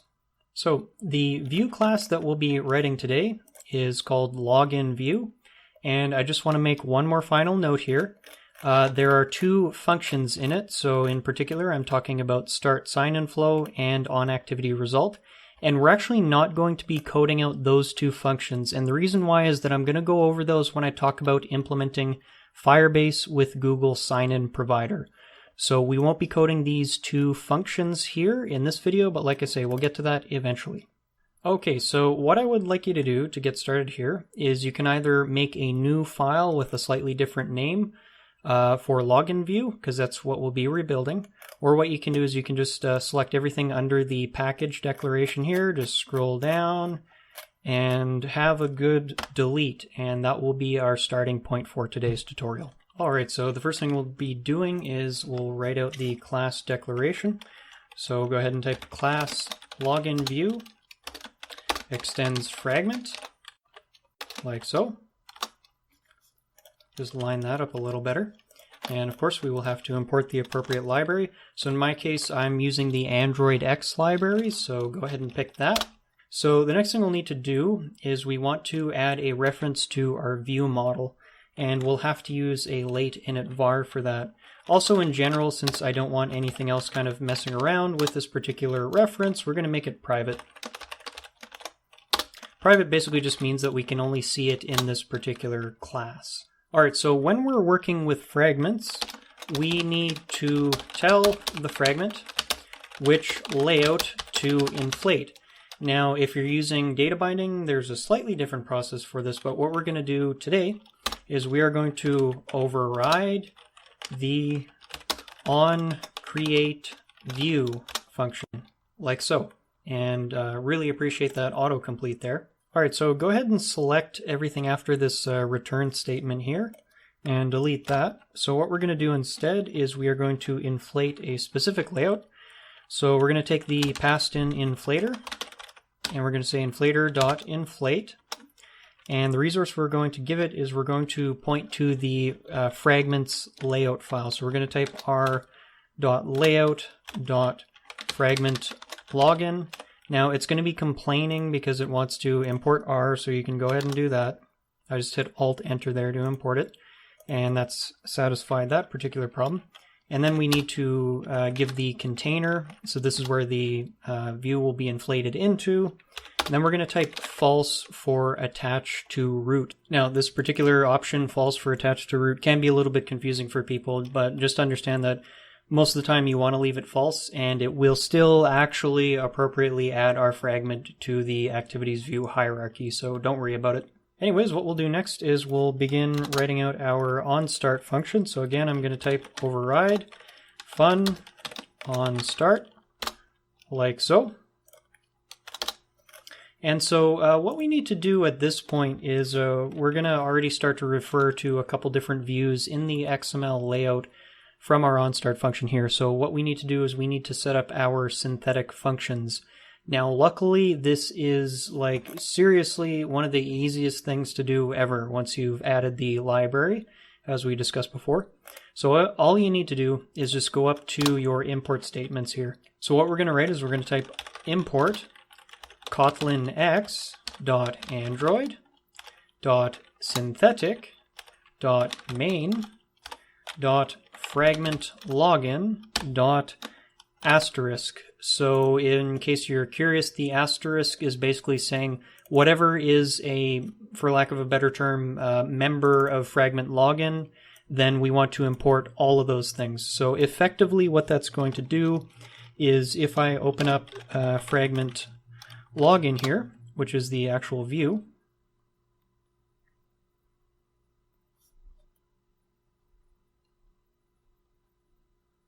oh, that took a while to load.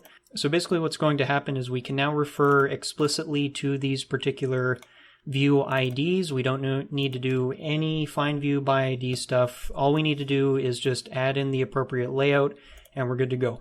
Okay, so what we're going to do now is we are going to assign our view model. Now, we'll type the code out here by hand, but I'm actually going to be covering how to actually set the dependency injection and view model provider stuff up in a different video. So if you're curious about how to do this in more detail, I will eventually get to that. Covering a lot of stuff in this tutorial. So what we can do is we're going to type view model, of course referring to our reference above. Then we're going to say equals view model providers with an S of, and then for this particular thing, let's just go ahead and import that so it stops screaming at me. We're going to type this, passing in our fragment. Again, I'm not going to go into detail about this. We're just going to type this out. All right, and then we'll type login injector, which is a custom written dependency injection class, which extends Android ViewModel. So when we do that, we need to type require activity. This might be a new function for some people around here. I'll get into that when I talk about this particular code in the other tutorial, but this is kind of a handy little function that's been added somewhat recently. And then we're going to refer to that's going to get our activity, and then we get the application. And then once that happens, there's one function in this particular class, login injector, which is provide user ViewModelProvider.Factory, like so. Now we're not totally done yet because we've configured that aspect, and now what we need to do is we need to type .get on our view model providers, and then we're going to pass the specific view model that we require here. So we're going to type user view model, which is the view model that we will be talking to, and we need to kind of refer to the class file here. So what we're going to do is we're going to type class.java, like so. This is one of the things about Kotlin, when you need to reference a particular Java class, the syntax for it is kind of wonky, but whatever, it works. So that's all we need to do to assign our view model. Our first order of business now is going to be starting the background animation. So if I briefly look at the layout that we're rating the fragment for, or vice versa, you understand what I mean. It has a background, which is like a space background, basically. And in the application, it actually kind of animates. If you're wondering how I did that, I did cover Vector Drawables and animations in a particular video in this series. I'm sure you're tired of hearing that, but yeah, go and watch that video if you want to figure out how to do that in detail. So we're going to need to cast it as an animation drawable, so type brackets first. And then what we'll type is root fragment, fragment, root fragment. There we go. Holy crap, that was pathetic. And then, so what we need to do is we want to get a hook to the background of this layout, the space loop drawable here. So what we can do is we're going to type root fragment login, so we're referring specifically to this layout. And then we're going to type dot background, which is going to return a normal drawable. Now, this the thing we have in this drawable is actually an animation list. So what we can do is we're going to type animation drawable is what I meant. Animation drawable, okay. And then what we're going to do is we're going to type dot start with fade. So immediately you're going to be wondering, Ryan, what the hell is start with fade? So it's actually just an extension function that I wrote in this project. So I'm going to hit Control-Shift-N and we'll type Android. And then there's a file called Android Extensions in the common package. And you'll notice it has this particular function here, start with fade. So all it does is, instead of having to repeatedly write this code out, I've just pulled that code out and put it in an extension function, which just means that I can just type start with fade and instead of having to type this crap here. So there's no magic. There's the magic of Kotlin extension functions, which I really like, but there's nothing too crazy going on here. So the next thing we'll do is we will set up our click listeners and kind of bind them to the view model appropriately. So since there's a couple of lines in that function, or there's a number of things we need to do in order to set that up, we're going to create a helper function. So we're just going to call this thing set up click listeners. I've got my keyboard in an awkward position and it's just ruining my typing skills. My apologies. Set up click listeners, like so. And then I'm just going to click on that, hit Alt-Enter, create function, and that's going to build it down there. And then this is what we'll do next. So like I said before, now that we have Kotlin Synthetic Properties set up, we can just refer directly to the XML IDs. So the first one we're going to assign is the auth button. So that's going to be this button in particular here, the thing that currently says sign out, but what it says changes frequently. So we're going to type btn underscore auth attempt, let it autocomplete, dot set onClickListener, and we're going to give it a lambda expression here. And so what we want to do when this onClickListener fires, it's going to basically call the code in our lambda. That's how this kind of works. In that event, we want to type ViewModel.handleEvent. So this is basically like a generic function, which you'll see in all of my view models. And how they work, let me just pull the code up really quickly here. Type base view model. So we'll go into more detail about this in the next video, but just so you understand what's going on here, we have this abstract function, handle event, and it takes some particular type. So let's have a quick look at the view model itself that we're going to be working with. That's again going to be user view model. And just notice that it extends base view model, and the generic type which I pass for each given view model is some particular kind of sealed class which represents different events. I know this is a lot, but just understand that what this login event thing does is it basically just represents different events which could possibly propagate from a particular view or a set of views. So I just wanted to show you the code really quickly so you know what's going on here. Anyways, back to our view. So we're going to call our ViewModel.handleEvent function, and what we're going to pass to that is login event.onAuthButtonClick. So this is basically our way of telling the user view model, hey, someone just clicked the auth button, so you need to do something. So that's not the only thing we need to assign here. We're also going to basically make it so that if the user hits the back button, then it's going to start the list activity. So what I'm going to do is I'm going to type imb toolbar back is what it's called, dot set onClickListener. There we go. Again, lambda that shit. Pardon my language. And then what we're going to do is we're going to type start list activity. So this is actually a function we will code. So I'm just going to hit Alt Enter, create function start list activity down below. So we're going to use Kotlin single expression syntax. So we're going to type require activity again, dot start activity. And in our start activity block, we're just going to go ahead and create an intent. So we're going to say intent. And then in this intent, we're going to type activity, which is basically the activity for this particular fragment. And then we're going to type where we want to get to, which is note activity. And then we'll do our handy reference a Java class syntax like so. And that'll need to be imported. Okay, so with that, when someone hits the back button, they're going to be sent to the note activity. Now, some of you may be wondering, hey, I thought you were using navigation in this particular library. Well, actually, because of limitations, which I discussed in the video where I covered the navigation library, we do use the navigation library, but not in this particular feature of the application. And the reason is because it doesn't play nice with onActivity result. Okay, so we're almost done with our setup ClickListeners function. There's just one more thing we need to do. We need to intercept OnBackPressed, and the reason for that is just because of the awkward integration with the navigation library, which is not really my fault. So we're going to type require activity, and then we're going to type that dot add OnBackPressed callback. I can't talk today for some reason.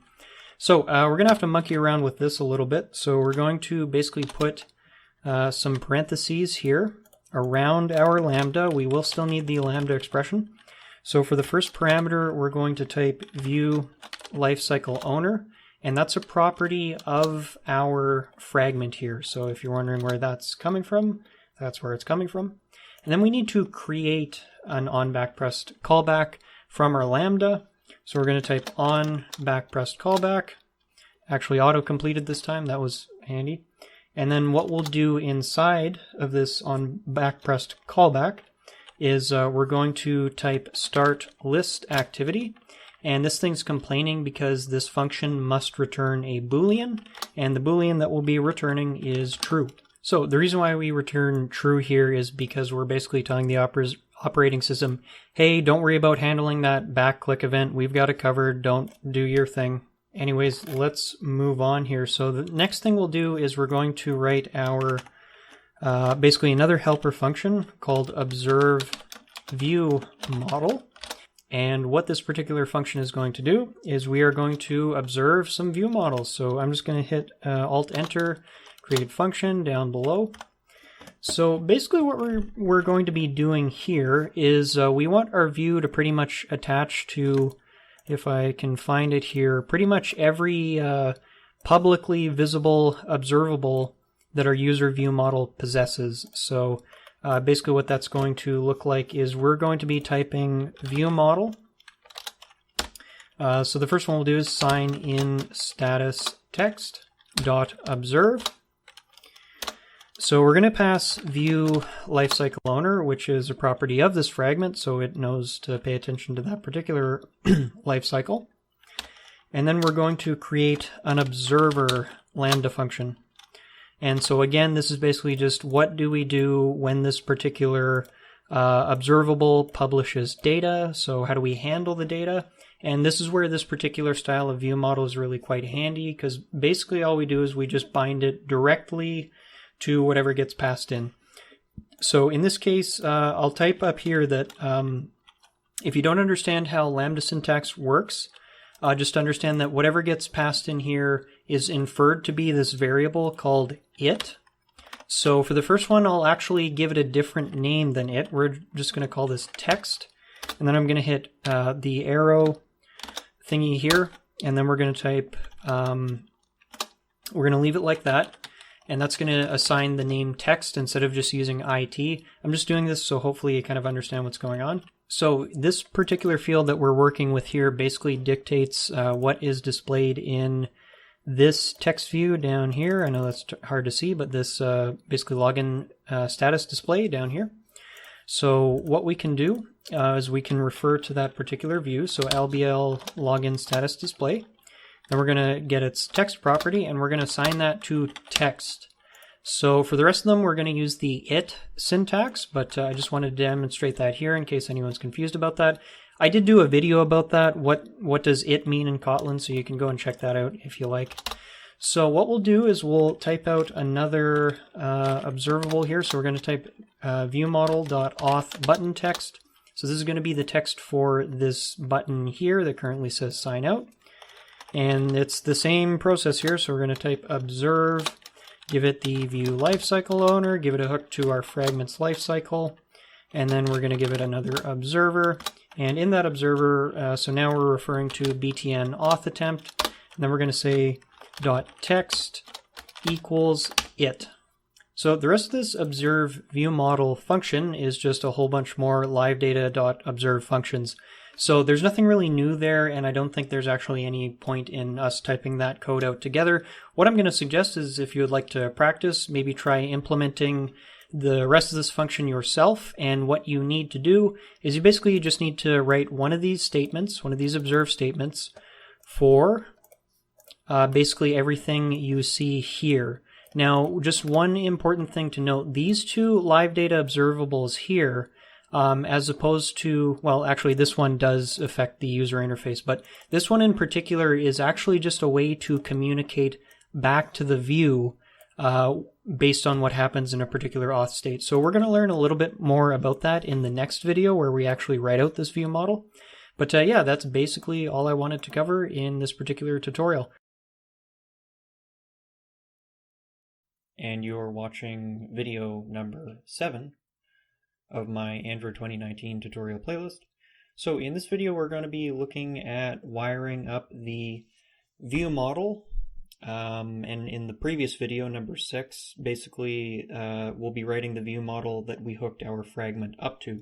So if you're curious about how to actually write the fragment that this particular view model is going to publish events to, or data to, then you'll want to go back and watch that video first. Now, once again, before I proceed, if you haven't already watched video number 2, where I go into detail about the model view view model architecture on Android, you might want to watch that first. And the reason why is it's important you understand that there's a couple different ways to do the interaction between the fragment and the view model, or the view and the view model in general.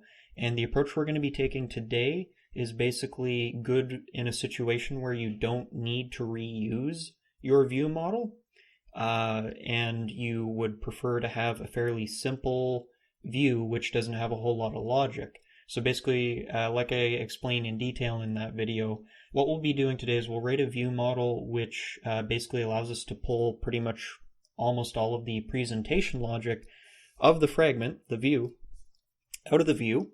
And the good thing about this approach is that we can still maintain the model view view model pattern by communicating with the fragment only through LiveData objects. So like I said in the previous video, you can also use data binding, but today we're just going to be using LiveData to communicate between the view model and the fragment.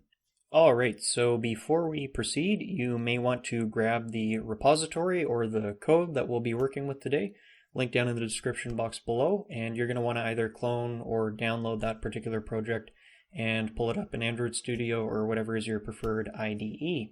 Anyways, before we get to the specific view model that we'll be writing today, I wanted to show you the abstract class called base view model, which the view model that we'll be writing extends. So we're not actually going to write this class out, but what I wanted to do is basically just talk about it really briefly and what it does for us. So there's a couple different options for extending the functionality of existing sources in Kotlin. And when we want a really object-oriented solution, one of the best ways to do that is with an abstract class. So the purpose of this base view model class is basically anything that is going to be common to basically every view model in this application. I want to include that in the abstract class. So if you'd like a detailed explanation of this kind of thing, I do go into detail about all kinds of different things, including how to achieve similar behavior with extension functions in my Kotlin course, link in the description box down below. So do consider checking that out. Anyways, what we're looking at here is our base view model class basically is going to be containing a coroutine context object. And it extends, of course, view model from architecture components. And then it also extends Coroutine Scope. So the reason why I wanted to bring this up is it's important you understand that this is how or where we're going to kind of launch our coroutines from. Now, I'm not actually going to go into detail on coroutines in this particular video. I will go into more detail in another video in this series. But just understand that when we look at a particular view model, so for example, we have our Coroutine Scope set up in this class, and then we have our Coroutine Context down here. And just notice it's going to be basically placed on the UI context, dispatchers.main thread. And then we have our job tracker object, which allows for cancellation functionality. So when I open up a particular view model, which basically, that's not a view model, good job, Ryan. When I open up a particular view model which extends our base view model, just understand that every time we're making this launch builder here, it's going to be an extension on our root coroutine scope. So anyways, I'm not going to go into more detail on that in this video, but I will talk about that in detail in another video. And I just wanted to mention it here in case you're wondering, why is the launch thing all yellow here? That basically means that it's an extension on our view model. So one other thing I would like to mention, so the thing about working with this view model is obviously our LiveData objects have to be publicly visible, but since we're not returning LiveData objects from the backend, we have to work with mutable LiveData. So one suggestion from Al Warren, who's been a really awesome contributor to the WiseAss Slack channel, he just mentioned that one of the ways you can kind of get around this issue of having a publicly visible mutable LiveData object is to basically make the LiveData field, which is publicly visible, or the LiveData reference rather, you basically make the actual data, the actual mutable LiveData object, as what you would maybe call an implicit backing field in technical language. But basically what we're talking about here is this thing here, the error state, which is the mutable object, and we'll see a couple different examples of this. We can kind of hide those behind, the mutable LiveData reference behind a immutable LiveData publicly visible reference. So basically what I'm saying here is if you want to improve your encapsulation then do consider taking this particular approach here. All right, so the class we'll be writing today is user view model. So there's kind of two ways you can do this. So I'm assuming you've downloaded or cloned the repository, or you can just watch if you like. But you can either basically just delete everything in here except for the package statement up top, or you can just create a new file, maybe call it login view model, and build them kind of side by side, whichever you prefer. Today what I'm going to do is I'm going to just actually select everything here and delete it. Now before I do that, I just want to mention very briefly, one thing we're not going to code today in this particular view model is the onSign-in-result function. Now the reason for that is that I'm going to be covering that in the part of this tutorial where we discuss using Firebase and Google Sign-In Provider. Anyways, with that being said, I'm just going to delete everything there. Maybe I'll leave this comment up top just for the fun of things. And we can get started building our view model. So the first thing we'll do is we'll build out our class declaration. So we're going to type class login view model. Actually, sorry, user view model. Probably should have picked a better name for it. So we've got login view model, and this thing is going to extend our base view model class. Now, when we extend the base view model, if I just hop back to it really quickly, we have this function here, abstract fun handle event, and then we also have what's known as a generic type. So basically what this is all about is that T is going to be some kind of sealed class which represents different events which can propagate from the user interface. So we won't write that particular class, but I'll just show you what it is in this particular case. So it's going to be a login event class. Let me actually just pull that sealed class up so you know what's going on. So we've got login event. And so yeah, as you can see, just a pretty run-of-the-mill sealed class here. Now, one of the things to mention is that we, in some cases, will be returning this login result class here. So that's just basically like a data wrapper, essentially. So it just maintains a request code and a user token. So this is the stuff which we'll be dealing with in the Firebase video. But again, since we're kind of using it in this particular tutorial, I just wanted to briefly mention what it is. So we've got not too many different events here, just the three. So there's on auth button click, on start, and on Google sign-in result. And these are all events. If I open up, so this is going to be fragment login. So that's basically all the events for this particular layout here. Back to our user view model. All right, so we have our login event class, and because we have that one type in here, we do need to supply a particular type for our sealed class. So that one is going to be a login result, like so. And then we need our constructor, or initializer, I think it's actually called. And that's not all though, so I'm just going to give our curly brackets here. So base view model is expecting a coroutine context object. So what we're going to do is we're going to basically pass in a reference here called UI context, which is going to extend coroutine context. And so that's going to get passed into our view model here. So in our base view model here, that's going to get passed in. So during testing, we would basically want to mock or fake this particular object and return dispatchers.unconfined. But when the application is actually deployed, then this is going to be basically running on the main thread, or rather our coroutine scope will be scoped to the main thread. Anyways, back to our user view model. All right, so we've got our UI context object. So what we need to do is we don't actually want to hold on to this thing in our actual view model. We just want to pass that thing to the superclass here, the base view model class. So I'm just going to type UI context, and that should satisfy that particular error. And now it's going to scream at us because we need to implement our handle event function. So I'm going to click on that, hit Alt-Enter, and then implement members, handle event.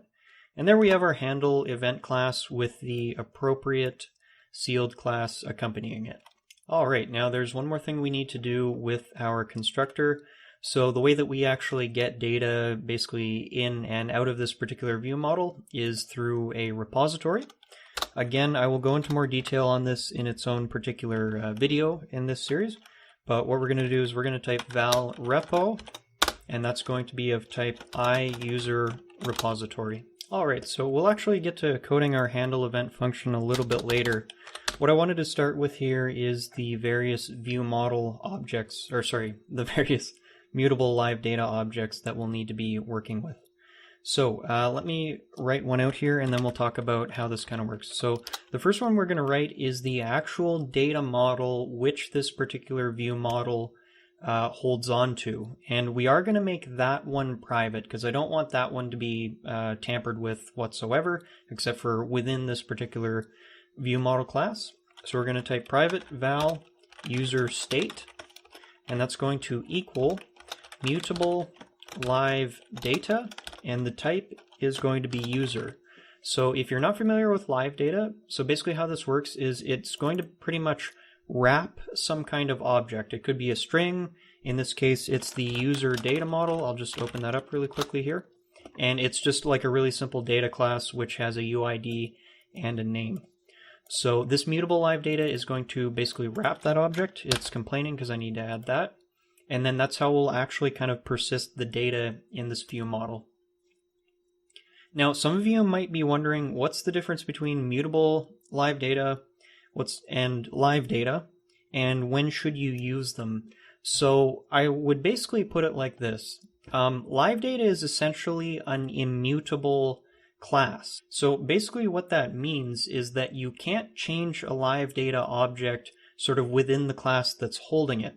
So what you can do is, let's say hypothetically we were actually working with a user data model, which was coming in from a backend tool like, say, Room.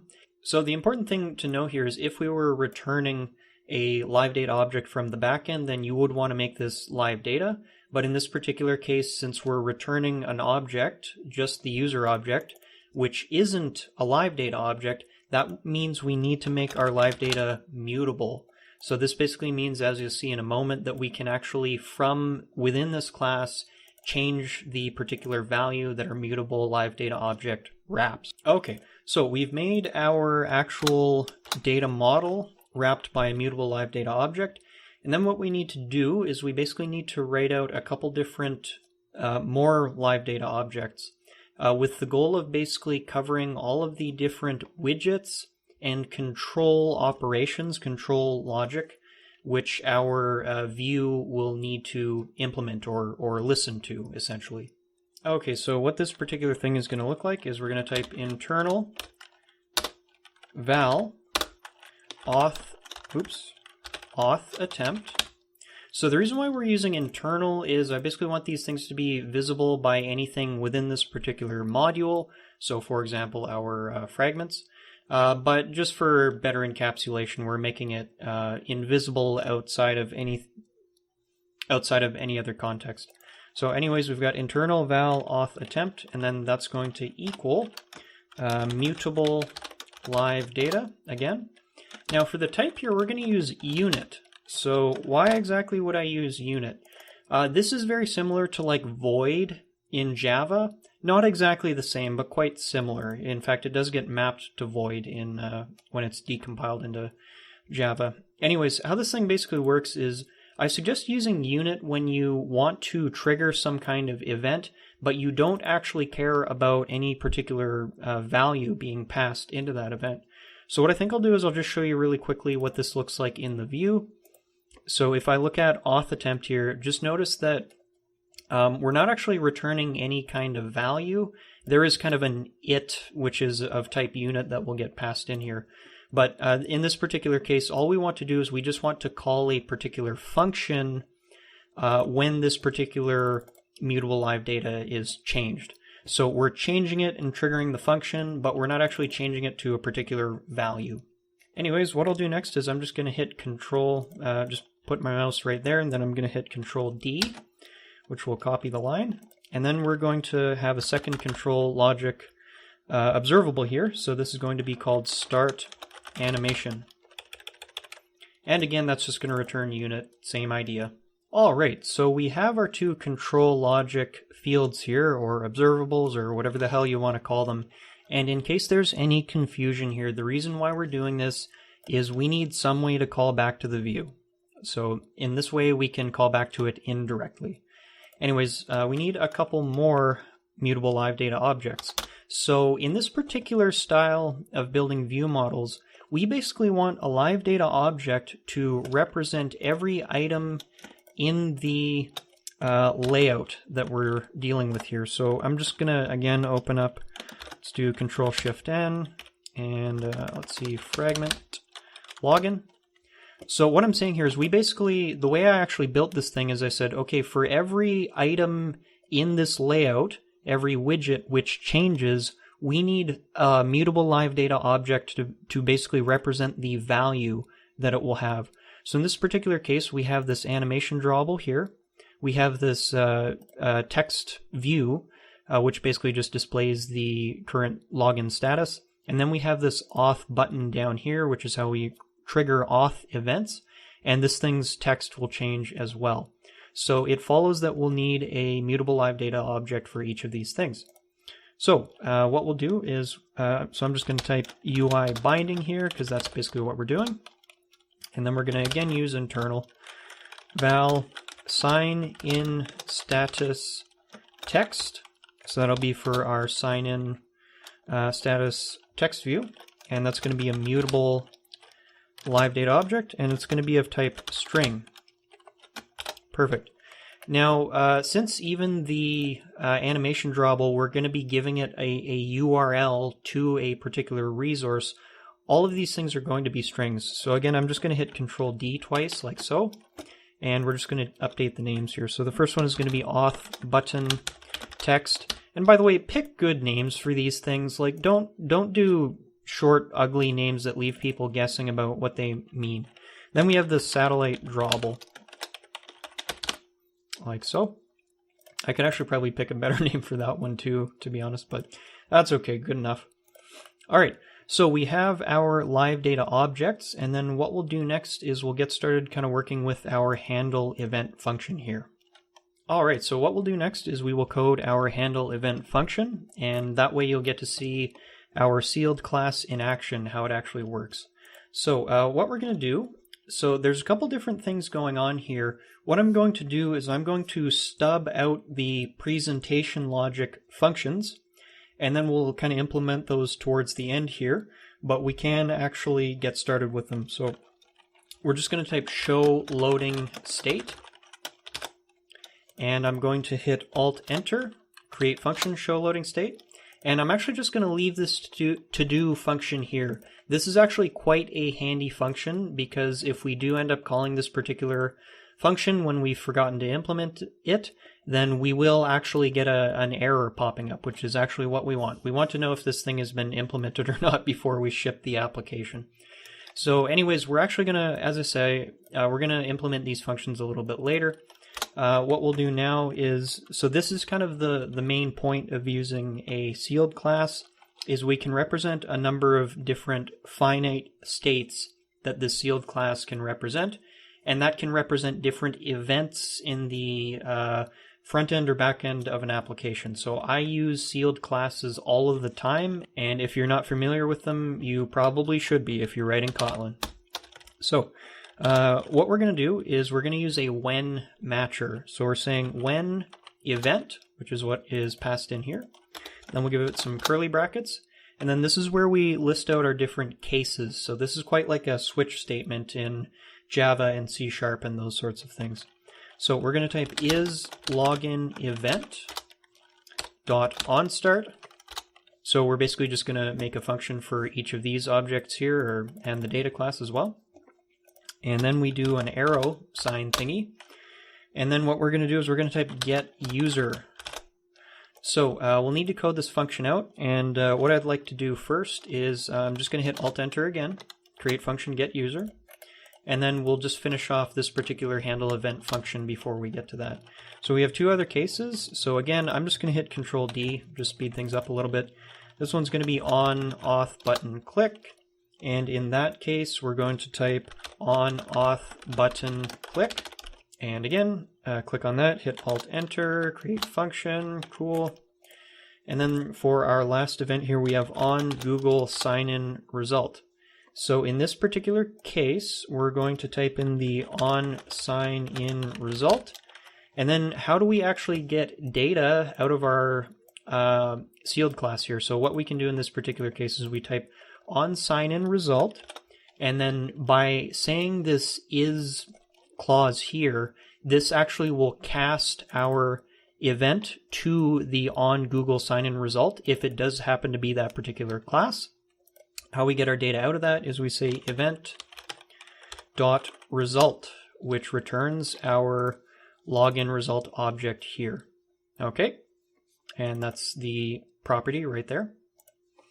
And then again, we'll just hit Alt-Enter, create function. Now this is the function that we're not going to be coding out today.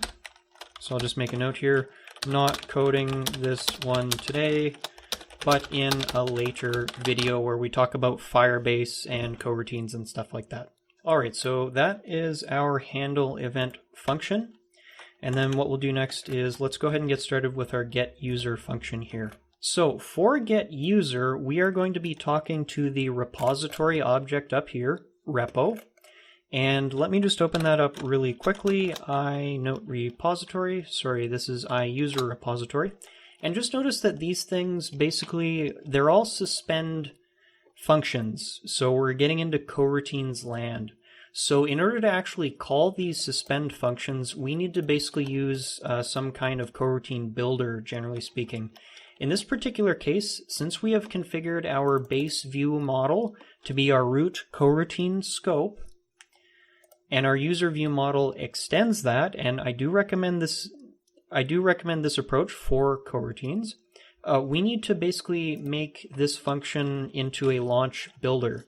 So what we're going to do is we're going to type equals launch, like so. Now it's important to note, if you do not configure the appropriate coroutine scope, just notice that this thing has this coroutine scope thing right here.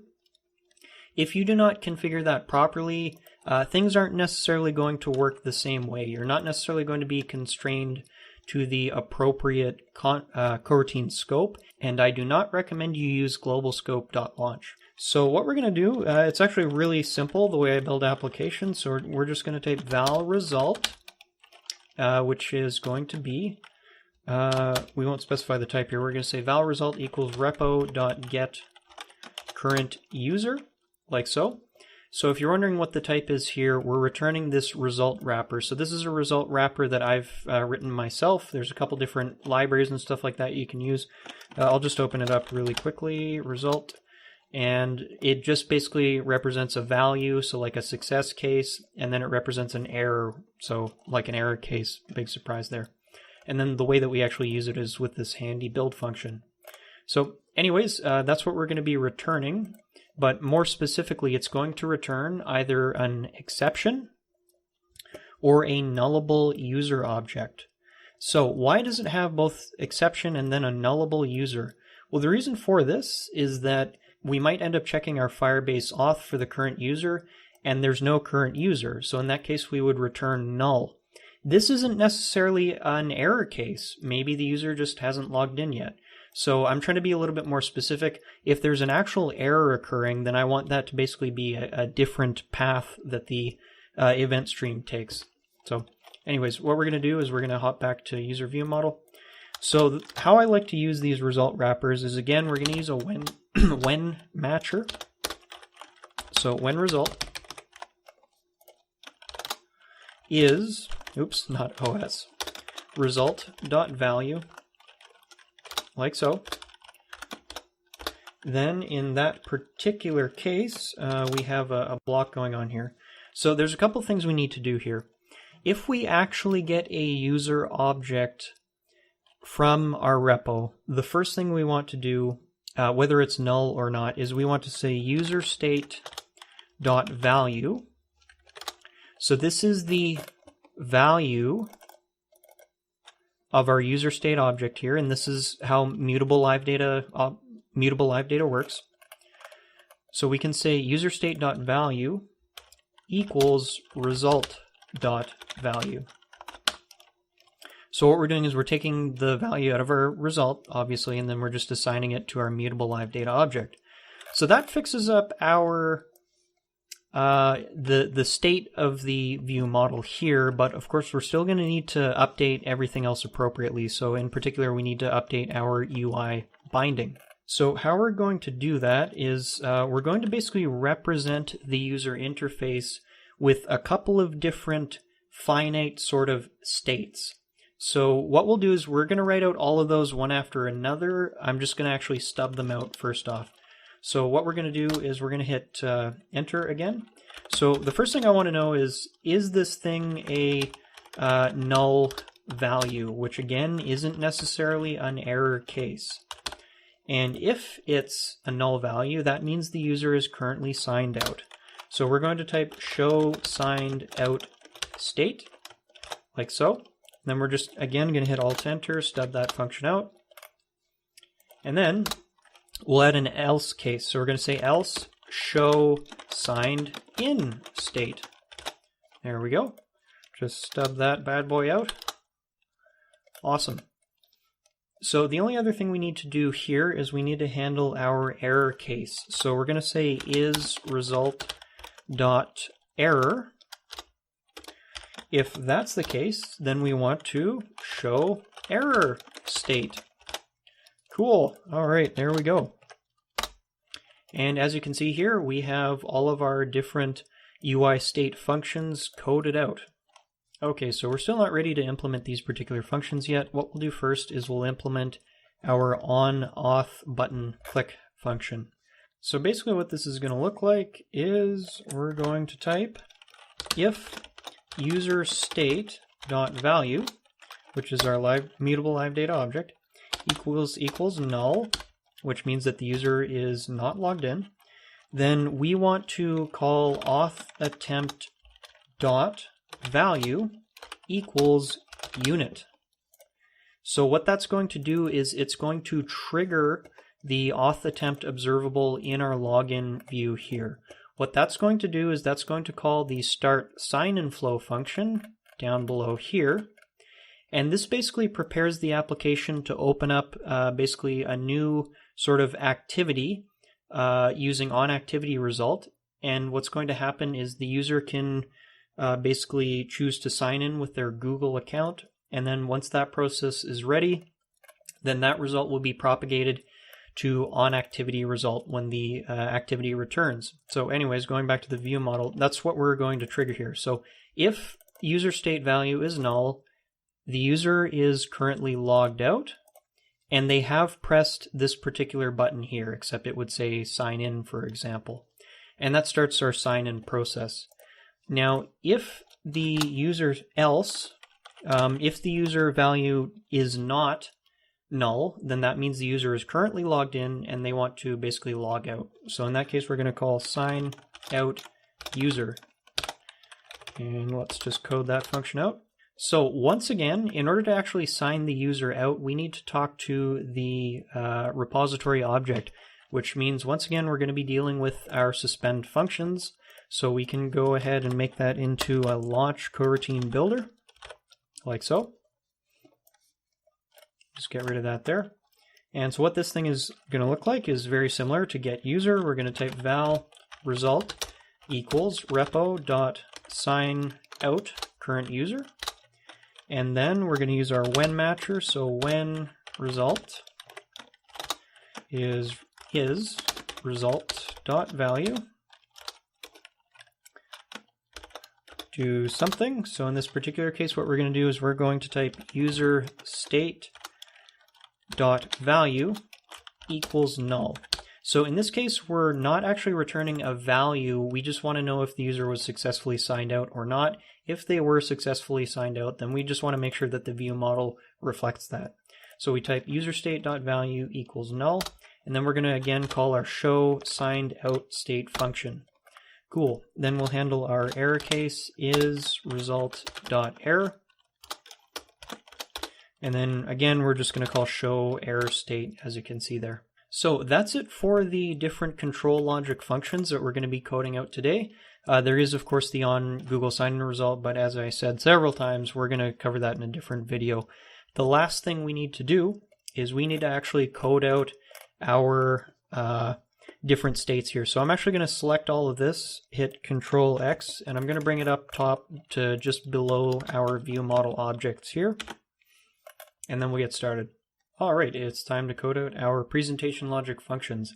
Now, before we do that, I just want to show you really quickly, I have this file in the common package called constants.kt. So what we have here are a whole bunch of const val references. So these are compile time constants, which means that they're very efficient. Now, if you need to localize your application for different localizations, then probably you would want to go with strings.xml. In this particular case, this is me just being super lazy and efficient and just typing out different strings, which ultimately will be rendered on our UI here, just in an easily accessible file. So what we'll do is, instead of sort of hard coding these different values, we're going to refer to each appropriate constant, and that'll just, as you'll see in a moment, make our presentation logic a little bit easier to write and a little bit harder to screw up. So the first thing we'll do is we'll work with our error state here. So in this particular case, we're going to say sign in status text.value. So again, we're updating the value of our LiveData object. So the first one's going to be login error. And then the next one, so pretty much how this is going to work is I'm just going to hit Control D twice, and we're going to update these values. So this one's going to be auth button text.value. And so when there's an error, we want the user to be able to sign in again. So that one's going to be sign in. And then for the next one, we have the satellite drawable, which is like the animation right here. So if there's an error, then we want to basically show antenna empty. So that's a URL to a particular drawable. It's actually this one here, the empty antenna animation here. All right, so once we have that figured out, and let me just double check to make sure I didn't screw anything up. Looks okay, good enough for now. Gut genau. Anyways, so I'm going to hit Control C, and I'm just going to paste this into each of these functions since this won't change too much. Again, this is the kind of work that you really need to test, because when you're doing this kind of copy-paste crap, you almost always screw something up. All right, so show signed in state is what we'll be working with next. So when the user is signed in, we want the sign-in status to say signed in. We want our auth button to basically say sign out. And then for our antenna drawable, we want it to say antenna full, which is basically this drawable here, except with the wavy things on top. Just deploy the application if you want to see what it looks like. Okay, so we've got our state here. So show signed in state, signed in, sign out, antenna full. That's looking good. Next we'll go to show signed out state. So it's basically going to mirror this one here. So for show signed out state, we're going to say signed out up here. And this one is going to say show signed in state. So this one's going to say sign in. That's correct. And then this one's going to be antenna empty. That's actually correct. It's quite similar to our error state, as you can see. All right, so for show loading state, it's actually going to be much simpler. So we're just going to type sign in status text, and we're going to set that one to loading. Oops, kind of need an equals sign in there. Okay, and then all we're going to do is we're going to call our start animation function here, value equals unit. So earlier on, you may have noticed in the view, if you watched it previously, what we ended up doing is we actually set the animation drawable in the view. So the reason why we're doing that and not actually updating the particular drawable in this case is if we hop into login view, notice that I actually specified explicitly that before we animate our drawable, it must be assigned to our antenna loop drawable. So the reason for this is that antenna loop is actually like the only drawable which is actually an animation list, and I don't want to have a situation where I'm, say for example, assigning just a regular SVG drawable, and then somehow accidentally I forgot to change that to the actual animation drawable, and then we are starting an animation drawable, which isn't actually an animation drawable. So basically what we're saying here is this is a little place where I actually did include a little bit of presentation logic in the view, but this is for the sake of avoiding problems with shared mutable state. So the very first tutorial I ever made, at least on the topic of Android on YouTube, was for the RecyclerView way back in 2016. Now, back then there was a couple things about it which made it kind of tricky to set up for people, so that's kind of what inspired me to try and make a video on it. Well, I'll be basically teaching the same API today, but luckily there are a couple improvements to it which will allow us to do a couple of things. So for starters, the RecyclerView we'll be building today is going to be, the adapter at least, is going to be decoupled from the fragment, which is kind of important. It's going to handle click events super easily, as we'll see. We don't have to have like 7 different interfaces going on. We'll actually handle click events just by using a mutable LiveData object. And then, finally, our RecyclerView that we're going to build here, we're going to use a particular class called ListAdapter, which is like kind of a specialized adapter. And what it's going to allow us to do is it'll basically remove our need to have to call functions like notify dataset changed, notify item range changed, notify item inserted. There's basically, if you're not familiar, in earlier RecyclerView API implementations, you had to call all these different methods on the adapter based on what happened in your RecyclerView. And it could actually get pretty annoying and complicated. So what we'll do is we'll basically set up a bit of a boilerplate class called a diffutil and .item callback, I believe it's called. We'll see it in a minute. But basically what this thing's going to allow us to do is it'll basically remove the need to call all those different functions, and instead we'll just be calling one function, and then we'll let this diffutil, our list adapter, and a couple other things which we'll go into in the video handle all of those updates for us. So it's going to be way simpler. And best of all, this particular implementation is going to figure out or calculate the changes that need to be made to the RecyclerView on a background thread. So no more blocking the main thread. Now, since this is tutorial number 8, and I've already covered a whole bunch of topics such as writing a view model, writing a fragment, model view view model architecture in general, constraint layout, all those different things, what we're going to do is there's certain parts of this tutorial that we're not going to go into much detail in. However, I will show you all of the different steps necessary to actually set up the RecyclerView. What we won't be doing is we won't code out the whole fragment which displays the RecyclerView, and for the layouts that we'll be using in the RecyclerView, I'll show them to you and mention anything that's important, but we're not going to build them on camera. If you want to learn how to do that, I have a whole tutorial on constraint layout which will help you figure that kind of thing out. Now, before we proceed, if you want to actually follow along with the tutorial in real time, you're going to want to either clone or download the repository. Link in the description box down below. Now, this could end up being a fairly long video, so I'll make sure I include timestamps in the description box down below if you want a detailed idea of the topics and when we cover them in this video. The first file that we'll be looking at is called fragment note list. So this is the layout which actually contains the RecyclerView. So as I say, I'm not going to go into too much detail here, but here's a preview of the layout. You can't actually see the RecyclerView here, but this is basically what it would look like if there are no items in the RecyclerView. So I'm just going to open up the text editor here, and we'll just look at this particular XML view. So the first thing I want to bring your attention to is we have this color transparent black background.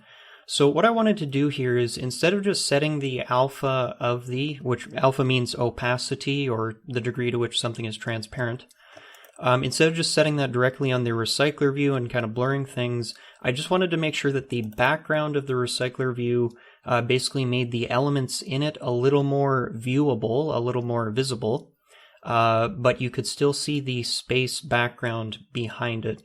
So the way that I achieve that effect is I basically just set the background of the RecyclerView to color transparent black.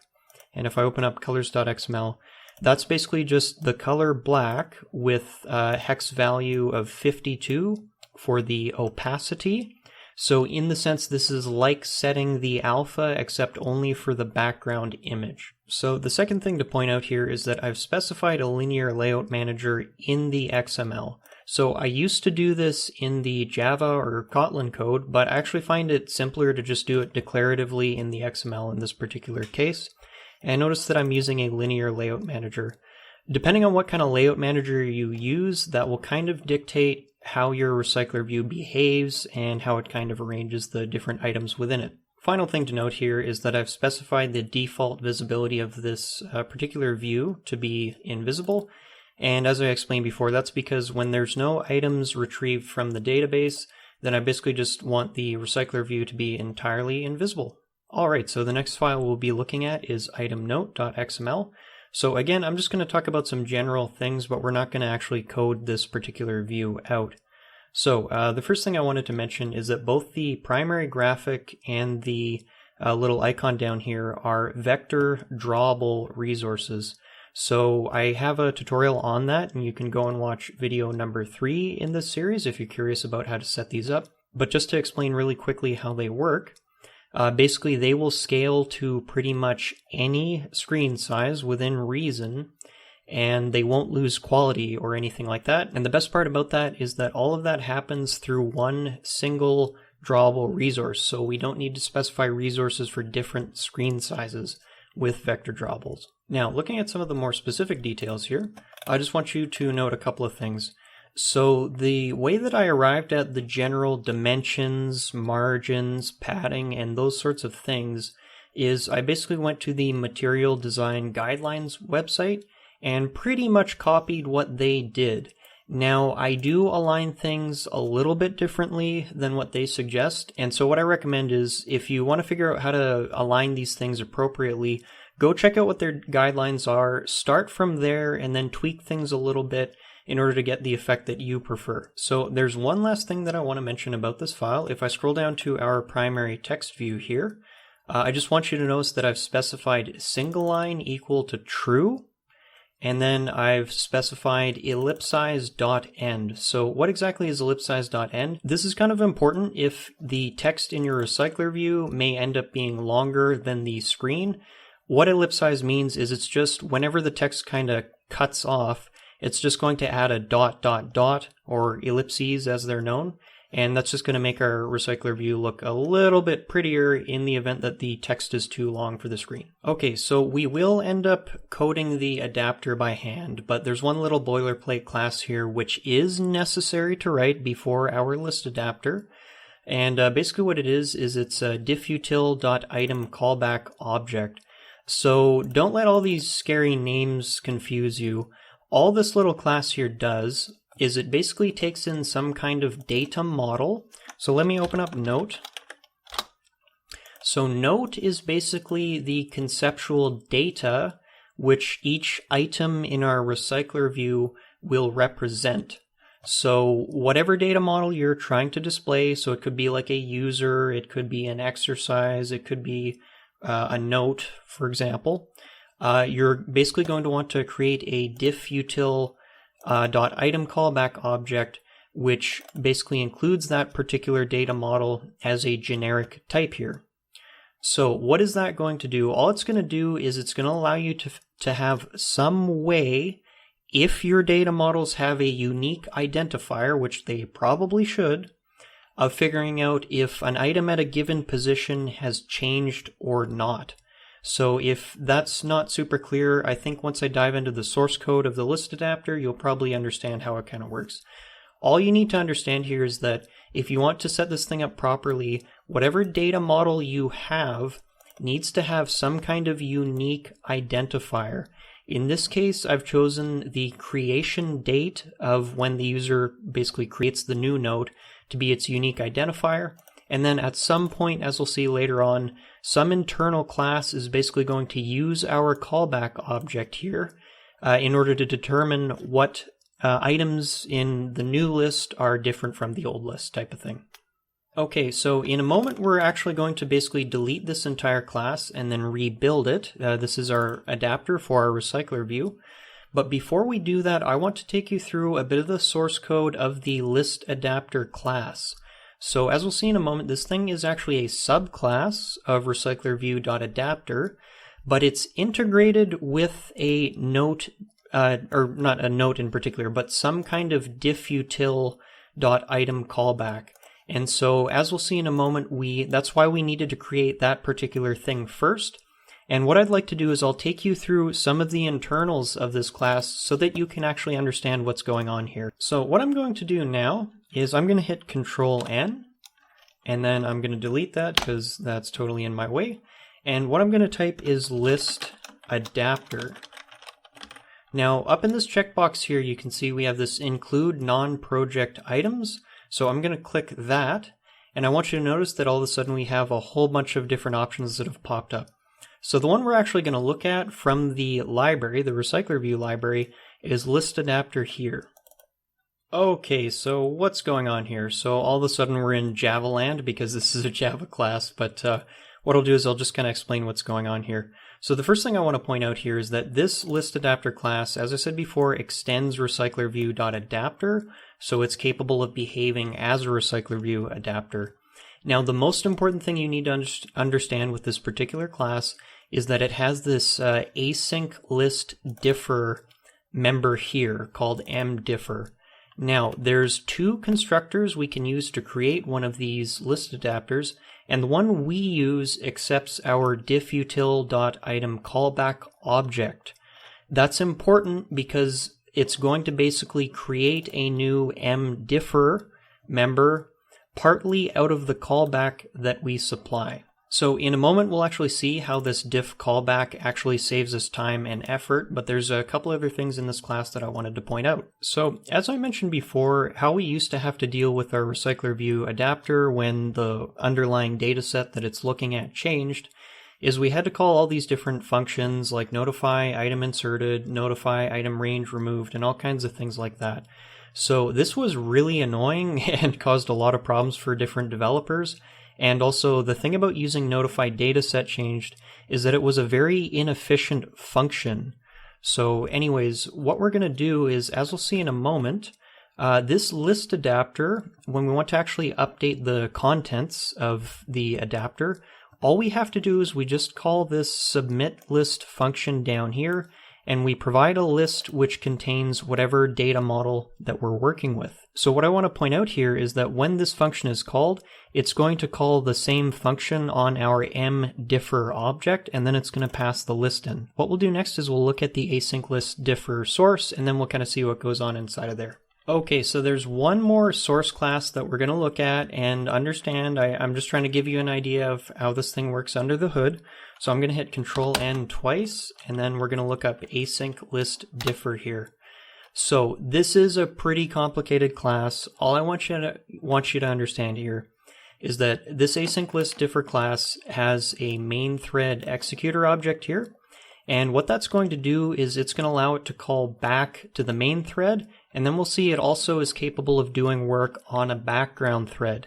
This is important because if you're making a huge update to a recycler view, that could potentially be a long-running operation. So this is part of the magic of using this particular setup with list adapter and async list differ, is that it's going to allow us to figure these updates out on the background thread appropriately.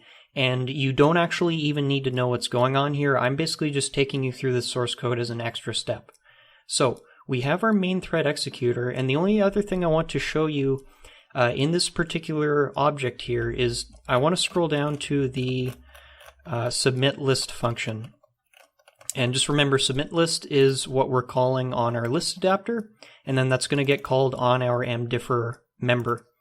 Okay, so if we go down to submit list here, we'll see the first function here accepts a list, and then the next one is basically going to call it's going to call an overloaded version of this function down here, submit list, and this is actually where the magic happens. Now, the thing I just want to point out to you is if I scroll down, I know this is a really horrendously huge function here, but if I scroll down here, just understand at a certain point, we're going to say mconfig. Don't worry about what that is. It's basically going to get a background thread executor, and this is how it's going to actually calculate the difference between the old list and the new list and do that work on the background thread for us. Now, importantly, one little detail, if you're wondering how it actually gets a hold of the note diffutil callback that we created, understand that it's going to get a hook to that class through this mconfig object here, which we actually created up in the list adapter somewhere here. As we have a little builder class there. And so it's going to get a hook to the diffutil callback that you wrote, and then from there it's going to ask it to compare the different items, and that's ultimately why we needed to create our diffutil callback. Once all of this is done, it's going to dispatch this result to the main thread. Okay, so now that we've had a look at the internals of the ListAdapter class that we'll be working with, and hopefully that was interesting to you. If you enjoyed going through the source code, then please let me know down in the description box below, and I'll try and do that kind of thing in the future. So anyways, at this point we're going to rebuild our note list adapter class, and what we're going to do is just go ahead and open it up, and we're just going to select everything in here except the import statement at the top, and we're just going to delete it like so. Alright, so you might be wondering at this point, Ryan, how exactly is that making things easier for us? That seems kind of complicated. Well, the good news is that the complexity in the classes that we just went through is going to result in less complexity in the classes that we're going to be writing momentarily. So in order to actually write out our adapter's constructor, we need to create our ViewHolder object first. So we'll start with that. So this class is going to be called class note, note ViewHolder. It's going to have one property here, which is going to be called root, and it's going to be of type view, and we'll see what happens in a moment with that. And then it's going to have, it's going to extend RecyclerView, that's not what I wanted, RecyclerView.ViewHolder, like so. And what we'll do is, it's going to complain because it's expecting this thing to accept a view, so that's where we'll pass in this root view object here. And so that will become the item view property of the ViewHolder, and just take note of that because we'll use it later on. So the purpose of this class is it's basically kind of like a bridge between our note data model, or whatever data model you'll be using, and our item note layout. So it's kind of like a virtual representation of the layout. And so in our particular layout, we really only need to represent the, in this case, the creation date, and also the contents of the note in the actual layout. So it follows that we just need to include two different references here. So the first one is going to be called var content for the contents of the note. It's going to be a text view, and it's going to equal root.lbl message. So again, don't forget root is referring to this thing here. And then I'm just going to select at the, click at the end of here, and I'm going to hit Control D. And this next one is also a text view. It's going to be called date, and it's going to point to root.lbl date and time. So just a really quick aside here about the note ViewHolder. If you're wondering where the name RecyclerView actually comes from or what it refers to, it basically means that as the user is scrolling through their list of items in the RecyclerView, the RecyclerView adapter is going to recycle the ViewHolder objects instead of creating a ViewHolder object for every item in the RecyclerView. So minor point here, but it's just kind of important to understand that that's where we actually get the efficiency of the RecyclerView and why it's called as such. Okay, so now that we've got our ViewHolder set up, we can actually write the class declaration for our adapter. So what that's going to look like is we're going to type class note list adapter. I'm going to leave the constructor empty for a moment, but we will put something in there. And then this class here is going to extend list adapter, and it's going to basically accept a couple of different types here. So what we need to do here is, if you want to figure out what what a given class needs in Android Studio for constructors or types like this, generic types, we can hit Control P, and it's actually going to kind of give us some kind of idea. So in the case of T, this actually refers to our data model. So in this case, I'm going to type note. And then for the second one, we have some kind of ViewHolder object, and that's going to end up being our note ViewHolder, and that's why we needed to create that thing first. So in here, I'm going to type note list adapter dot note ViewHolder, Now it's still complaining because, as you can see here, we're referring to something which is supposed to be within NoteListAdapter. So I'm just going to throw down some curly brackets here, and then we're going to move that NoteViewHolder object into the adapter like so. So there's obviously a couple things we need to fix here. So go ahead and click on the red highlighted NoteListAdapter here. And what I'm going to do is I'm going to hit Alt-Enter, and then we can click on Implement Members or hit Enter. And make sure you select both of these and then hit OK. And so these are the functions that you basically need to implement in order for this thing to work properly.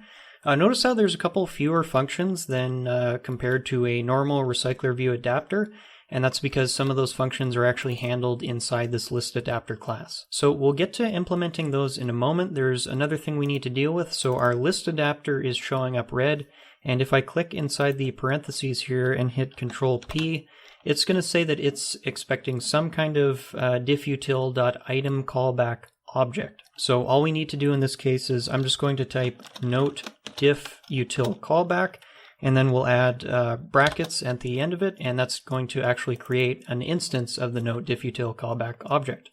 So in my older tutorials, the way that I handled click events was basically to either nest the adapter inside of the fragment or activity which it was supposed to call back to, or by holding reference to whatever class it was trying to call back to as an interface. So we're going to do neither of those and take an option which is a little bit more decoupled and I think a little bit safer. So what we're going to do instead is we're going to use a mutable LiveData object to call back to the fragment. So what we'll do is we're going to type val event, and it's going to be of type mutable LiveData, and the type is going to be a sealed class, which is NoteListEvent. So if you're wondering exactly what this is and how mutable LiveData work, go and check out the particular part of the tutorial where I actually discuss these topics. Just really quickly, NoteListEvent is a sealed class which represents different events which can occur in the front end. And mutable LiveData is basically something that can be observed, but this mutable word means that we can change its value, and the value is what's basically wrapped up here, whenever we want to. And when we change it, if our fragment, for example, happens to be listening to this mutable LiveData object, then it will know when a particular event happens and what the details are. So in order to complete this, we're just going to have to actually create this thing. So we'll say equals mutable LiveData, and we'll give it our constructor. So the first function that we'll implement is onCreateViewHolder. So beyond what the name implies here, basically what this particular function does is this is where we actually inflate the layout which our RecyclerView will use. So what we're going to do is we're just going to mess around a little bit here. So we're going to say val inflator equals layout inflator dot from, and so we're going to use this parent object here, which is a view group. So from parent dot context, and that's going to get a hold of a context object. Now this is really important. Whenever you're messing with context, you need to be careful about memory leaks, and there's a particular step we're going to go over in the fragment which is going to prevent this particular adapter from leaking. This is kind of a problem with adapters, is we have this ugly situation where it's a class that needs to have access to things like layout inflators and the view hierarchy, but it might be somewhat detached from the life cycle of, say, the fragment. So like I say, we'll see a specific step we need to follow in the fragment in order to make sure that this isn't an issue for memory leaks. Anyways, once we have our layout inflator object, what we'll do next is we're going to type return note view holder, like so. And inside of this note view holder object, which expects a root view, this is where we'll actually do our inflation. So we're going to say inflator dot inflate. And so in here, we're going to provide the actual item note layout, which is the layout of each item in the recycler view, r.layout.item note. And then we're going to give it parent, which was passed in up here, And then we're also going to say false for attached to root. Okay, so some of you might be wondering, what exactly is this attached to root and why is it false? If we leave it false, does that mean that our views, our view holders, are going to be magically floating around the user interface and unbound to anything? The reason why we're passing false in here is because we do not actually, we don't write the code to attach this particular view to the view hierarchy. So basically what that means is that it's going to inflate this r.layout.itemNote view. It's going to get some layout parameters from this parent object, and if I hit Control P, notice this thing is called root. And so just understand that everything's going to work fine. When would you want to use attached to root? True, that would be if you are writing some particular class which is responsible for attaching a view to the hierarchy. In this case, this occurs internally, so we can just leave it false and we don't have to worry about it. Alright, so what we're going to do next is we're going to write out our onBindViewHolder function. So the first thing we'll do is we want to basically get a hold of the note item at a given position, and position is provided here. So what we'll do is we'll call getItem, which is a function from the adapter, and then we'll pass in position. Then we're going to say .let. So basically what's going to happen here is we're saying, okay, get this thing, and then in this block of code, as soon as you get that thing, I want to do something with it. So in this case, just to make things a little bit more legible, instead of using the it reference, which is a little bit confusing to some people, I'm just going to type note. So we're going to give a name to the thing that is returned by this function, and then it kind of pops up in here. Then we need to add an arrow thingy here. So what we're actually going to do is once we get our note object here, we need to bind it to the view holder object, which was passed in. So what we're going to do is we're going to type holder.content for the first one. And remember, that's just what we defined down here. Holder.content.text, because it's a text view, equals note.contents. I'm going to hit Control D, and for this one we're going to say holder.date.text equals note.creationDate. And then what we'll do after that is we're going to add a ClickListener to the entire sort of root layout of the view holder object. So we're going to say holder.itemView.setOnClickListener, and we're just going to use a lambda in this case again. So what's going to happen is when this onClickListener is fired, whatever we write in here is going to be executed. And so what we're going to do in that case is we're going to publish an event to anything which is listening. And the way we're going to do that is we're going to use our event mutable live data property up here. So what we want to do there is we're going to type event.value to get the value of the mutable live data object. Then we're going to set that value to a particular kind of event. In this case, the event will be noteListEvent.onNoteItemClick. And then that thing requires a position, which will be the position that is passed in onBindViewHolder. Now, I'm sure some of you are wondering what this class looks like, so I'll pull it up really quickly. So noteListEvent.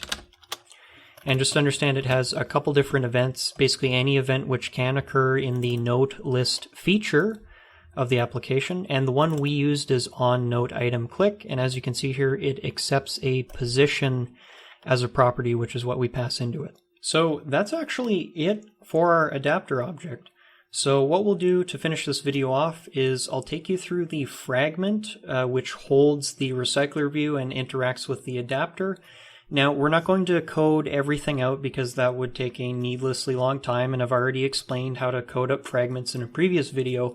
But what I will do is take you through specific steps which you probably should take to avoid things like memory leaks and to make sure that everything gets set up properly. Okay, so I've opened up NoteListView. Now, as you can see here, we have a reference to the adapter in the fragment. I do recommend taking that route and not putting a reference to the adapter in something like a ViewModel.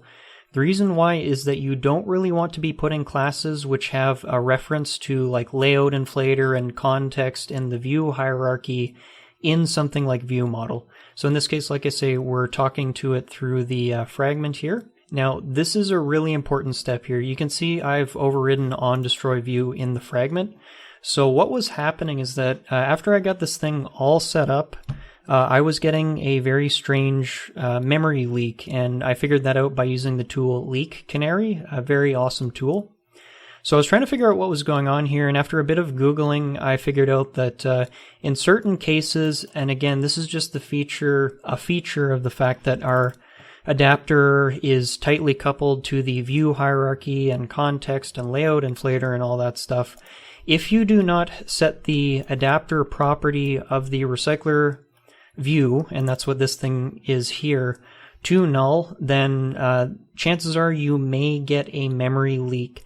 I think it partly depends on how you have everything set up here, but in this particular case, if we want to have our adapter sort of separate from the fragment, I did need to include this detail here, otherwise I got a memory leak. Now, some of you may be wondering, and I went over this in the fragment tutorial in this series, but the way that we're able to just directly refer to these XML views, like so, is by using Kotlin Synthetic Properties up here.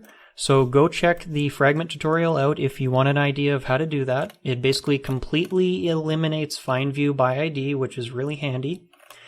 Anyways, the only function, well, there's two functions we're going to look at next. So one of them is going to be setup adapter here. And so this is just a helper function that I've created so that we don't have just one giant onStart function. And when I scroll down to it, this is what we have here. So what we end up doing is we create a new instance of our note list adapter, and we assign it to our adapter reference. The next thing that we do is we get a hook to the event property. Remember, that's our mutable LiveData object, and then we observe it so that when a click event happens in the adapter, in the recycler view, it's going to pop up here. Now, since our fragment has reference to the view model as well, what we'll do is through this Lambda function here, that's where we will pass the particular event, and remember that contains the position of the item that was clicked. We pass that into the view model and then let the view model figure out what to do from there. Now, the last thing that we do after we get that set up is we assign our recycler view its adapter property to the adapter we just created. And now for the moment you've all been waiting for. How do we actually get our data into this particular RecyclerView adapter and RecyclerView? So if I scroll down to the observe view model function, and just note that I'm calling that after I set the adapter up. So just for people watching this, make sure you kind of don't mix these steps up here. We're setting it up first, and then we're asking the view model for the data.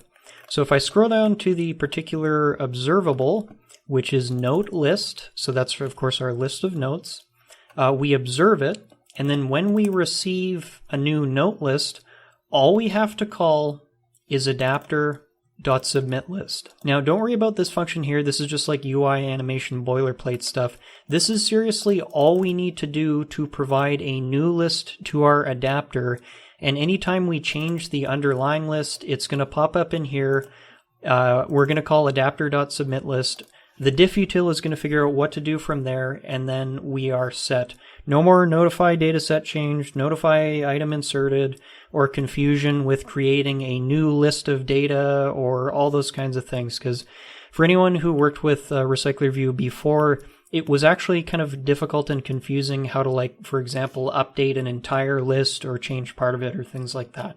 So all of that work that we did earlier did actually ultimately make our adapter simpler to work with. And in this video, I'm going to talk about integrating Firebase Auth and Google Sign-In Provider in your Android applications. So, in order to set up Firebase authentication with Google Sign-In Provider, we will need to perform the following steps. We'll create and configure Firebase for an Android project. We'll set up a SHA-1 certificate in Android Studio for debug builds. We'll download the Google Services.json file after all the configuration is done. We'll have a quick look at what we need in our project level and module level build Gradle files. And once that's all complete, we will implement Firebase Auth and Google Sign-In Provider in a small little Android application, and I will show you where to get the source in a moment. Now, before proceeding, I will need you to have an account set up with Firebase, so go ahead and do that if you haven't already. So, assuming you have an Android app which you want to connect to Firebase, the easiest way to integrate it in recent versions of Android Studio is to select Tools, Firebase, Authentication, and then click Connect to Firebase. If this process worked for you, it should have created a new Android project in Firebase. If it doesn't, I suggest you enter the Firebase console and create a new Android-based project manually. Next, click the Add Firebase Authentication to your app button. This will add in some Gradle dependencies to make things a little bit easier for you. For the next step, we will set up authentication in Firebase. Go ahead and open up the Firebase console and click on the authentication page. Next, click Sign In Method. In the following tutorial, where we actually implement code for Firebase Auth, we just use Google's Sign-In Provider. For your first try at this, you might want to just stick with email password authentication. Before we can do much else, we need to configure a SHA-1 certificate for our application. This is just a unique identifier which we will add to our Firebase project's configuration. To get the debug certificate, which Android Studio generates for us, simply build your project at least once, open the Gradle tab in Android Studio, and try either project name, tasks, Android, signing report, or if that doesn't show up, try app, tasks, Android, signing report. In the Run console, locate your SHA-1 certificate and copy it. Back in the Firebase console, navigate to Settings. Towards the bottom of the General tab, you should see a card which holds your app ID and allows you to download your Google Services JSON file. On that card, click Add Fingerprint and paste in the debug certificate. Now, there's something very important I need to mention.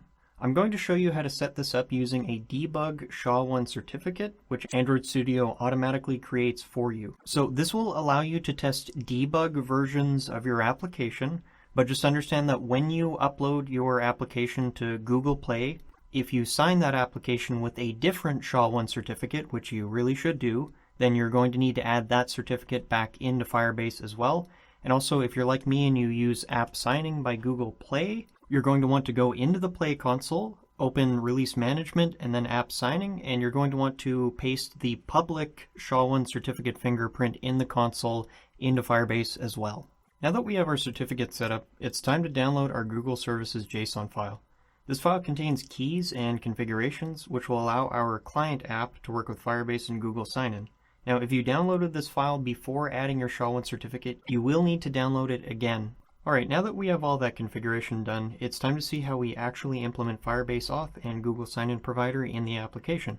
This will require properly configuring Gradle, implementing Start Sign-In Flow and OnActivityResult, which are functions in the front end, and implementing Firebase Auth in the back end of the application. Now, I will only be writing out a couple functions in an entire application, so please check the description box for the source code for the entire application. I also build this application out in many different segments in this whole tutorial series, so consider checking out the other videos if you want to know how I set up the view model, the rest of the view, and things like that. Before proceeding, please double check that in your project level build Gradle file, you have the Google repository present in the all projects script within the build script, and also that you have a dependency to Google services in the build script as well. In your module level build Gradle file, you'll want to have at least Firebase Core, Firebase Auth, and Play Services Auth if you wish to use Google Sign-In. In this app, I chose to build a custom login UI, and if you want to learn how to do that, please watch part 4 of this tutorial series where I demonstrate how to build a custom material design login UI using ConstraintLayout. Alright, we need to write a couple of functions in the view, so the first one is start sign-in flow. Start sign-in flow will start an external activity which will display the Google Sign-In user interface. This will briefly pause our application and open up an external application. Now, important point here, r.string.defaultWebClientID is not something that you actually write yourself and add to your strings XML file. This is something which is generated dynamically from your Google Services.json file. In older versions of Google Sign-In and Firebase, you did have to add this in yourself, but at this point there's just less configuration you have to do. For Google Sign-In.getClient, if you're writing this in an activity, you can just type this. Since this particular login view happens to be a fragment, instead we'll just type in require activity. like I said before, we're going to be actually starting a different application, so that's why we're creating an intent here. And whether or not the user signs in, the result will still get passed into onActivityResult once the user finishes the Google Sign-In user interface.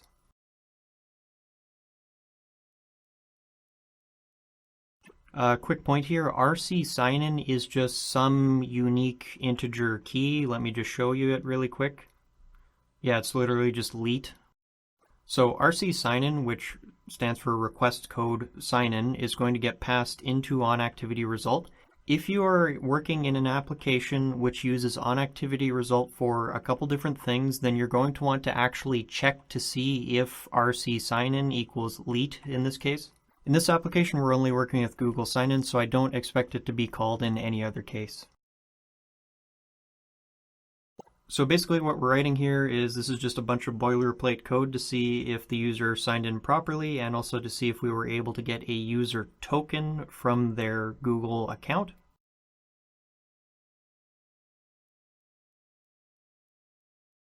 What will happen is if we successfully get a user token, we will end up passing that to the back end of the application, and that's how we'll kind of connect both Google Sign-In and also Firebase together. But yeah, this is pretty typical boilerplate code. Now, Google Sign-In.getSignedIn account from intent returns a task object, and our task object can throw an exception, so we'll just need to make sure that we're handling that somehow. Since this is a demo application, we'll just print it out to the console. The last thing we'll do is we'll actually inform the view model that onActivityResult has been called. Here I'm using a sealed class to kind of model that particular UI event, and I'm also creating this login result object.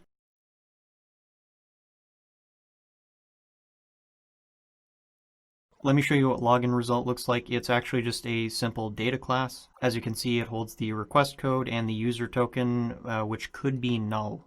Alright, now that our view is wired up, the next thing we'll write is our implementation of Firebase Auth and Google Sign-In Provider in the backend. Now, there are a couple different ways to write this code depending on what tools you use for concurrency. Since this is a Kotlin app and I want the backend to be very decoupled from the front end, we will manage concurrency and callbacks using coroutines. So our first function here is called sign-in-Google-user.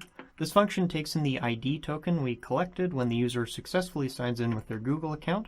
This function is used to create a new user and to log in a user which already exists, assuming they're using Google Sign-In. As I explained in my Kotlin course, an easy way to move a long-running operation into a background thread in a suspend function is to use the with context dispatchers.io coroutine builder to wrap the function body. My general goal with coroutines is to write code in direct style, which is basically a word for no callbacks. This makes code more legible and helps to avoid callback hell. So the first thing we'll do is we will request a credential from Google Auth Provider. Then we're going to try and give that credential to Firebase Auth. So Firebase Auth.SignInWithCredential returns a task object, which we can add an onClickListener to. In order to keep my goal of writing code in direct style, we will create an extension function which will wrap the callbacks using the suspend coroutine builder. So we're not actually going to write it out, but I'll just walk you through it really quickly. So we're going to be using await task completable. What that basically means is we're going to await the task and we want to know if it completes or not, but we don't actually care about returning any particular value. In order to create this function, we simply take in a task as a parameter and then we use the suspend coroutine builder. So the way that this works is the continuation object is how we actually call back to the call site of the function which we'll be using our extension function here. So what we do is we just add an onClickListener to our task object and we check to see if it's successful or not. If it's successful, we just resume the execution of the call site function. Now I'm returning unit here because it doesn't actually matter what value I return. And if it fails, we call resume with exception. Let's see how that works back at the call site. So what we'll do is we'll add a try catch block to wrap that particular function call. Now, if it just resumes, then like I said before, it will just synchronously jump to the next line after await task completable. In this case, we will create a result wrapper, result.build, to signify that we just want to return the function successfully. If we get an exception, we will catch that exception and throw it also in our result wrapper. Alright, so we only have two other functions to write out here. So signing a user out is very easy, at least in this particular application. All I do is I just call auth.signout. Now what I'll do is I'll just add that particular call into a result wrapper. If it succeeds, it will return unit, which is basically a signal that things happened successfully, but we don't care about any particular return value. Next we have getCurrentUser. When the user opens the login screen, the first thing the app does is request the current user from this particular backend function. Now it's important to understand that I've initialized Firebase ahead of time in this class by calling Firebase auth.getInstance. Generally speaking, you will want to initialize Firebase ahead of time instead of calling it just before you call, for example, auth.currentUser. And the reason for that is if you call auth.currentUser before Firebase is properly initialized, then it will basically just return null to you no matter what happens. That's even if the user is actually signed in. So if auth.user does equal null, then we will actually just return null in the result wrapper. Otherwise, we will return a user object. Now again, this is basically just a plain domain model which will hold on to the UID and the display name of a user if they happen to have one. Now the truth here is that I don't actually use the UID or the display name for anything, so I could actually just return unit here as well, and that would function perfectly fine for this application. So that's all you need to set up Firebase Auth and Google Sign-In Provider. In this video, I'm going to show you how to put together a room database using Kotlin Coroutines. Here's a quick overview of what we'll be doing in this tutorial. First, we will build a room entity, which is kind of like a bridge between SQL and Kotlin or Java. Then we will build a data access object interface, which is how we will actually get the data in and out of our room database. Then we will look at our room database class and a bit of information on threading and concurrency. And finally, we will see how to perform CRUD operations on the database using coroutines. CRUD operations stands for create, read, update, and delete.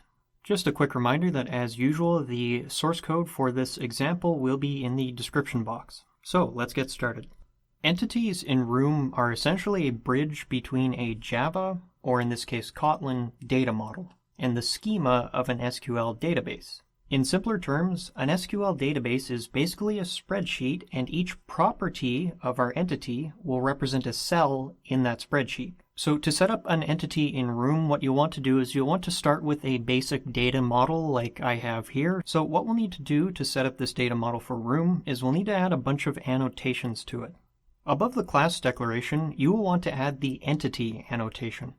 This annotation accepts quite a few different arguments depending on what kind of configurations you want, or you can leave it blank for defaults. This annotation accepts quite a few different arguments depending on what configurations you want, or you can leave it blank and it will just use the defaults.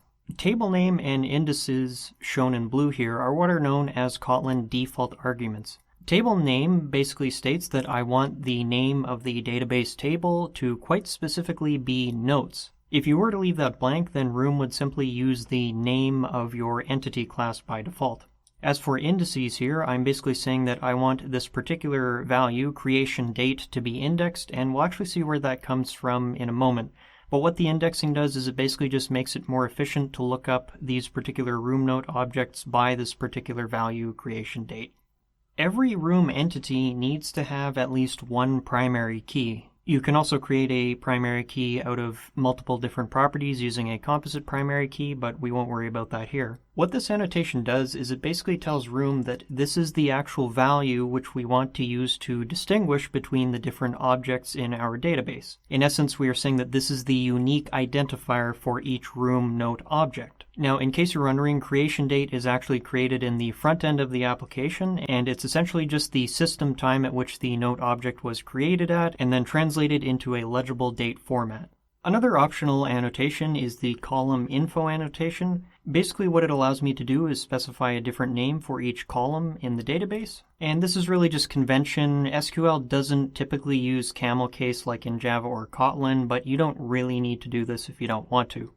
One final note here, if you've read the documentation, then you're probably aware that Room can auto-generate and auto-increment primary keys. We don't do that in this particular tutorial, but I just wanted to mention that that is a possibility. It does have some consequences though when it comes to updating rows in the database, which I'll talk about later. Next we have our data access object, or DAO. Now essentially what this is it's just an interface with a bunch more annotations, which we'll look at in a moment. This DAO object will allow us to give our room database a bunch of functions which we can call on it to manipulate our data. Basically what it'll do once we set up all of the annotations is it'll handle most of the work of writing really ugly SQL queries if that's not something you're interested in. Now there's an important point here. Many people use LiveData with room, and that is acceptable. Since I'm a big fan of clean architecture, I don't actually like to be passing LiveData objects through my domain layer. So instead of using LiveData objects for concurrency, we are going to be using coroutines. Thankfully, in recent versions of Room, it basically works out of the box. All we need to do is just add the suspend coroutine keyword, and this will actually make it super easy for us to get the data in and out of the Room database without blocking the main thread. Anyways, the first annotation that we'll need is at the top of the interface declaration, just @DAO. For our first function, we will use the query annotation. So basically how this works is the particular things we put within this query annotation will be translated into proper SQL. This basically just makes it so that it's easier for us to read and write the particular queries. This first statement here, select, is pretty self-explanatory, but when it's followed by this asterisk, it basically means select all. From is also quite self-explanatory, and just remember, notes is what I called the actual database. So basically what we're saying here is get everything from the note database. Now, when we want to get a note by ID, basically what we're saying here is select any note from the note database where the creation date, which is a particular column in the database, matches this creation date string, which we pass into this function. So notice how in this particular case we have this colon followed by the name of the argument that we give to the function. This is how we actually pass that string data into the SQL statement. Delete is much simpler. All we do is we just add in this delete annotation, we pass in the room note object, and room will sort out the rest of the details. For insert or update, I'm doing something a little bit more complicated. Now remember how I said earlier that room is capable of auto-generating IDs dynamically for you? Since we are not doing that, that's actually going to allow us to use this kind of upsert functionality here. So how this basically works is we pass in a room note object into the room database, and room will search to see if there's any note which exists in the database that matches the one we passed in here. If it does happen to find one where the creation date matches, then we are telling it explicitly using the onConflict default argument to replace that particular note object. So effectively what we have here is both an update and a create new entry in the database at the same time. Now, this works because creation date does not change whenever we update the particular note object. Again, if you're using dynamically generated IDs, you have to be a little bit more careful about that. Before we move on to writing the database, it's worth mentioning that Room will generate an implementation of our DAO class in the build folder of your Android project. You don't need to look at it, but for those of you who are curious about how Room works under the hood, it might be interesting. In particular, notice how it does have a reference to a Room database object. And also it does override the functions in our interface, such as insert or update note, delete note, and so forth. In the case of get notes, as you can see here, it does a lot of tedious work for us, so that is kind of the magic of Room. Next we come to the Room database class. Now this class is basically just a bunch of boilerplate, and I would not advise you to write this out by hand. Just copy and paste it and change what you need. In my case, I copied and pasted this originally from Android Sunflower, which is from the Google Samples repositories. Anyways, there's only a few things to mention here. Notice how we are referencing our room note class.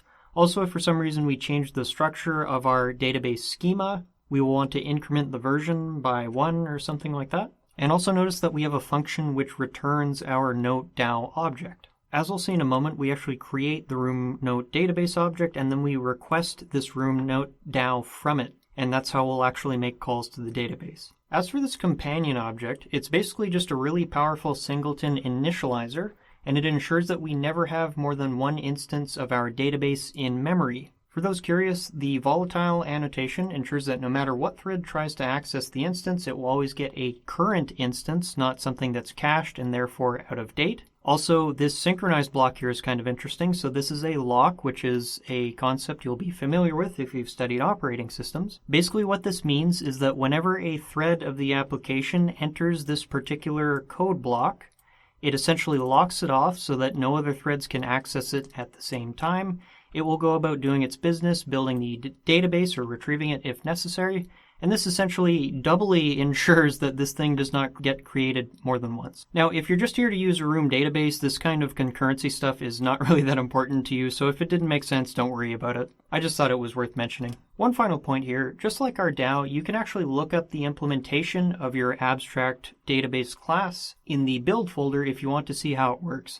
The code is really ugly, but I always encourage people to actually look at the source code of these things to better learn how they work. So before I show you how we manipulate the room database, I just want to show you how I actually create it. Each feature of this class has its very own injector, which is a very simple dependency injection container written by hand. So how we actually do things here is we will create an instance of our room database, which requires context, but we don't actually want to pass a reference to the database itself. Rather, we will call .roomNoteDAO to get an instance to the data access object. In this app, I use a repository which handles both online and offline calls to different data sources. Essentially how this works is we just check to see if there is an active user. If there is an active user, then we will of course perform our operations on a remote Firestore database. If no user exists, then we just write to our local room node database. So this reference local refers to our DAO.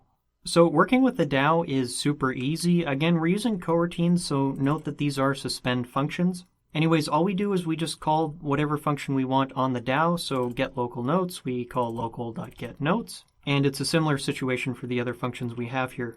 Now, you may be wondering why I'm returning unit here in these result wrappers. Just note that for the case of deletes and insert or updates, I don't actually care about returning a particular value. So to satisfy the signature of these result wrappers, I just return unit. Also note that in my result wrapper, if an exception is thrown, it will be gobbled up by the result wrapper, so that's basically how I handle errors at the same time.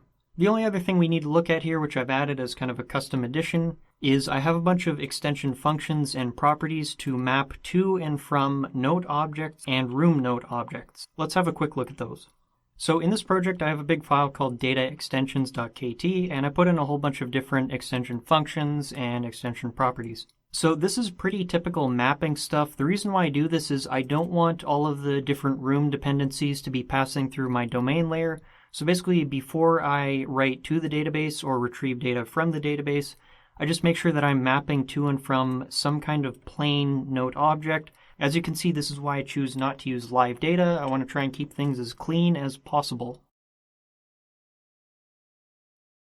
And in this video, I'm going to show you how to manage a Firestore Cloud database quickly and easily using Kotlin Coroutines. Before proceeding, please create a new Firebase project for Android. Let's enable Firestore through Android Studio. To do this, you can go to Tools, Firebase, scroll down to the bottom of the Assistant tab. There you'll see Firestore, click on that. Click Read and Write Documents from Cloud Firestore, and click Add Cloud Firestore to your app. If necessary, click Connect your app to Firebase, then click Add Cloud Firestore to your app, which will add the appropriate Gradle dependency to your build Gradle file. Next, we will hop into the Firebase console and set up Firestore. We'll start it in test mode, which does not have any access restrictions on reads and writes, but obviously you want to avoid doing that for production builds. Once that process is done, we're ready to go. Firestore is schemaless, so we can start adding data without needing to configure things further. As discussed in a previous tutorial, number 10, where we built a room database, this application uses a repository to hide the details of the backend from the front end.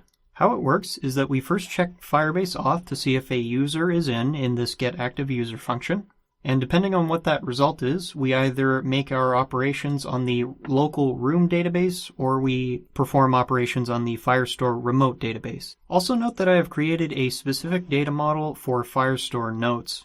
The only difference here is that I store just the user ID in the Firestore note, whereas in the other note object, it stores a nested user object. This makes it easy to serialize and deserialize the data and also keeps references to Firestore out of my repository interface. Finally, as usual, I encourage you to check out the source code in the description box as this is an open source application.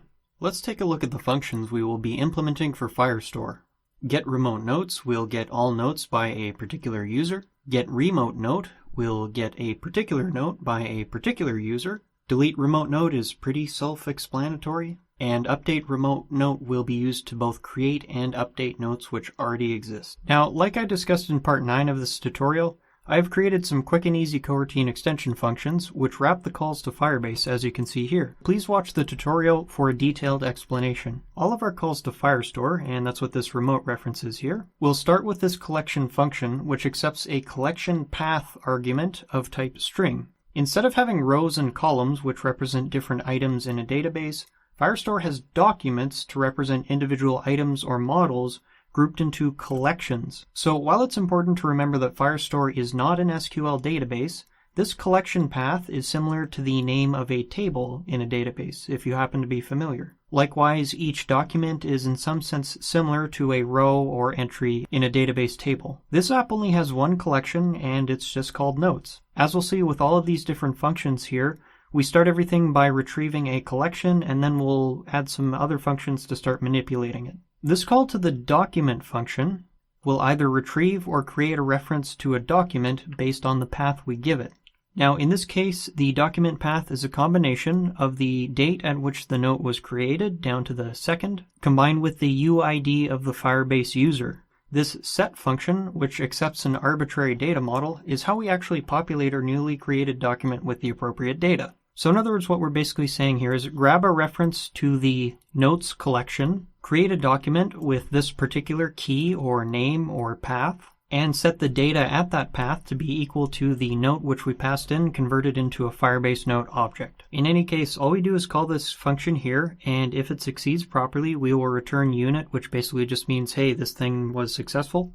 And if an error gets thrown in await task completable, then our catch block here will gobble it up and we'll know that something went wrong. Delete is really easy. We just do exactly what we did before, except instead of saying .set, we just call .delete. The process for retrieving a specific note is also similar. In this case, we call the same thing, except in this case, we will call get at the end of our changed document request. Now, this will return a task object, which possesses a document snapshot. So what we do is we call this toObject function to turn it into a Firebase. So what we do is we call this toObject function here, which accepts some kind of data model. In this case, Firebase note, which is what I used to upload originally with. And if we can successfully retrieve that, I just turn it back into a plain old note object, and then it's good to go. For get remote notes, which will return all notes for a given user, again, we request a particular collection, and then we use this where equal to function, which accepts the name of the field in Firebase, and then we just pass in the user ID of the currently logged in user, and then we call this get function. Now, this particular task object will, of course, hold a list of document snapshots, so what we end up doing is I pass it into this function here, result to note list, and it just returns everything as a result wrapper containing a list of notes. That's just a basic mapping operation going on here. So that's actually all we need to do to set up Firestore. It is ready to go, and out of the box, it actually works both online and offline, which is pretty handy.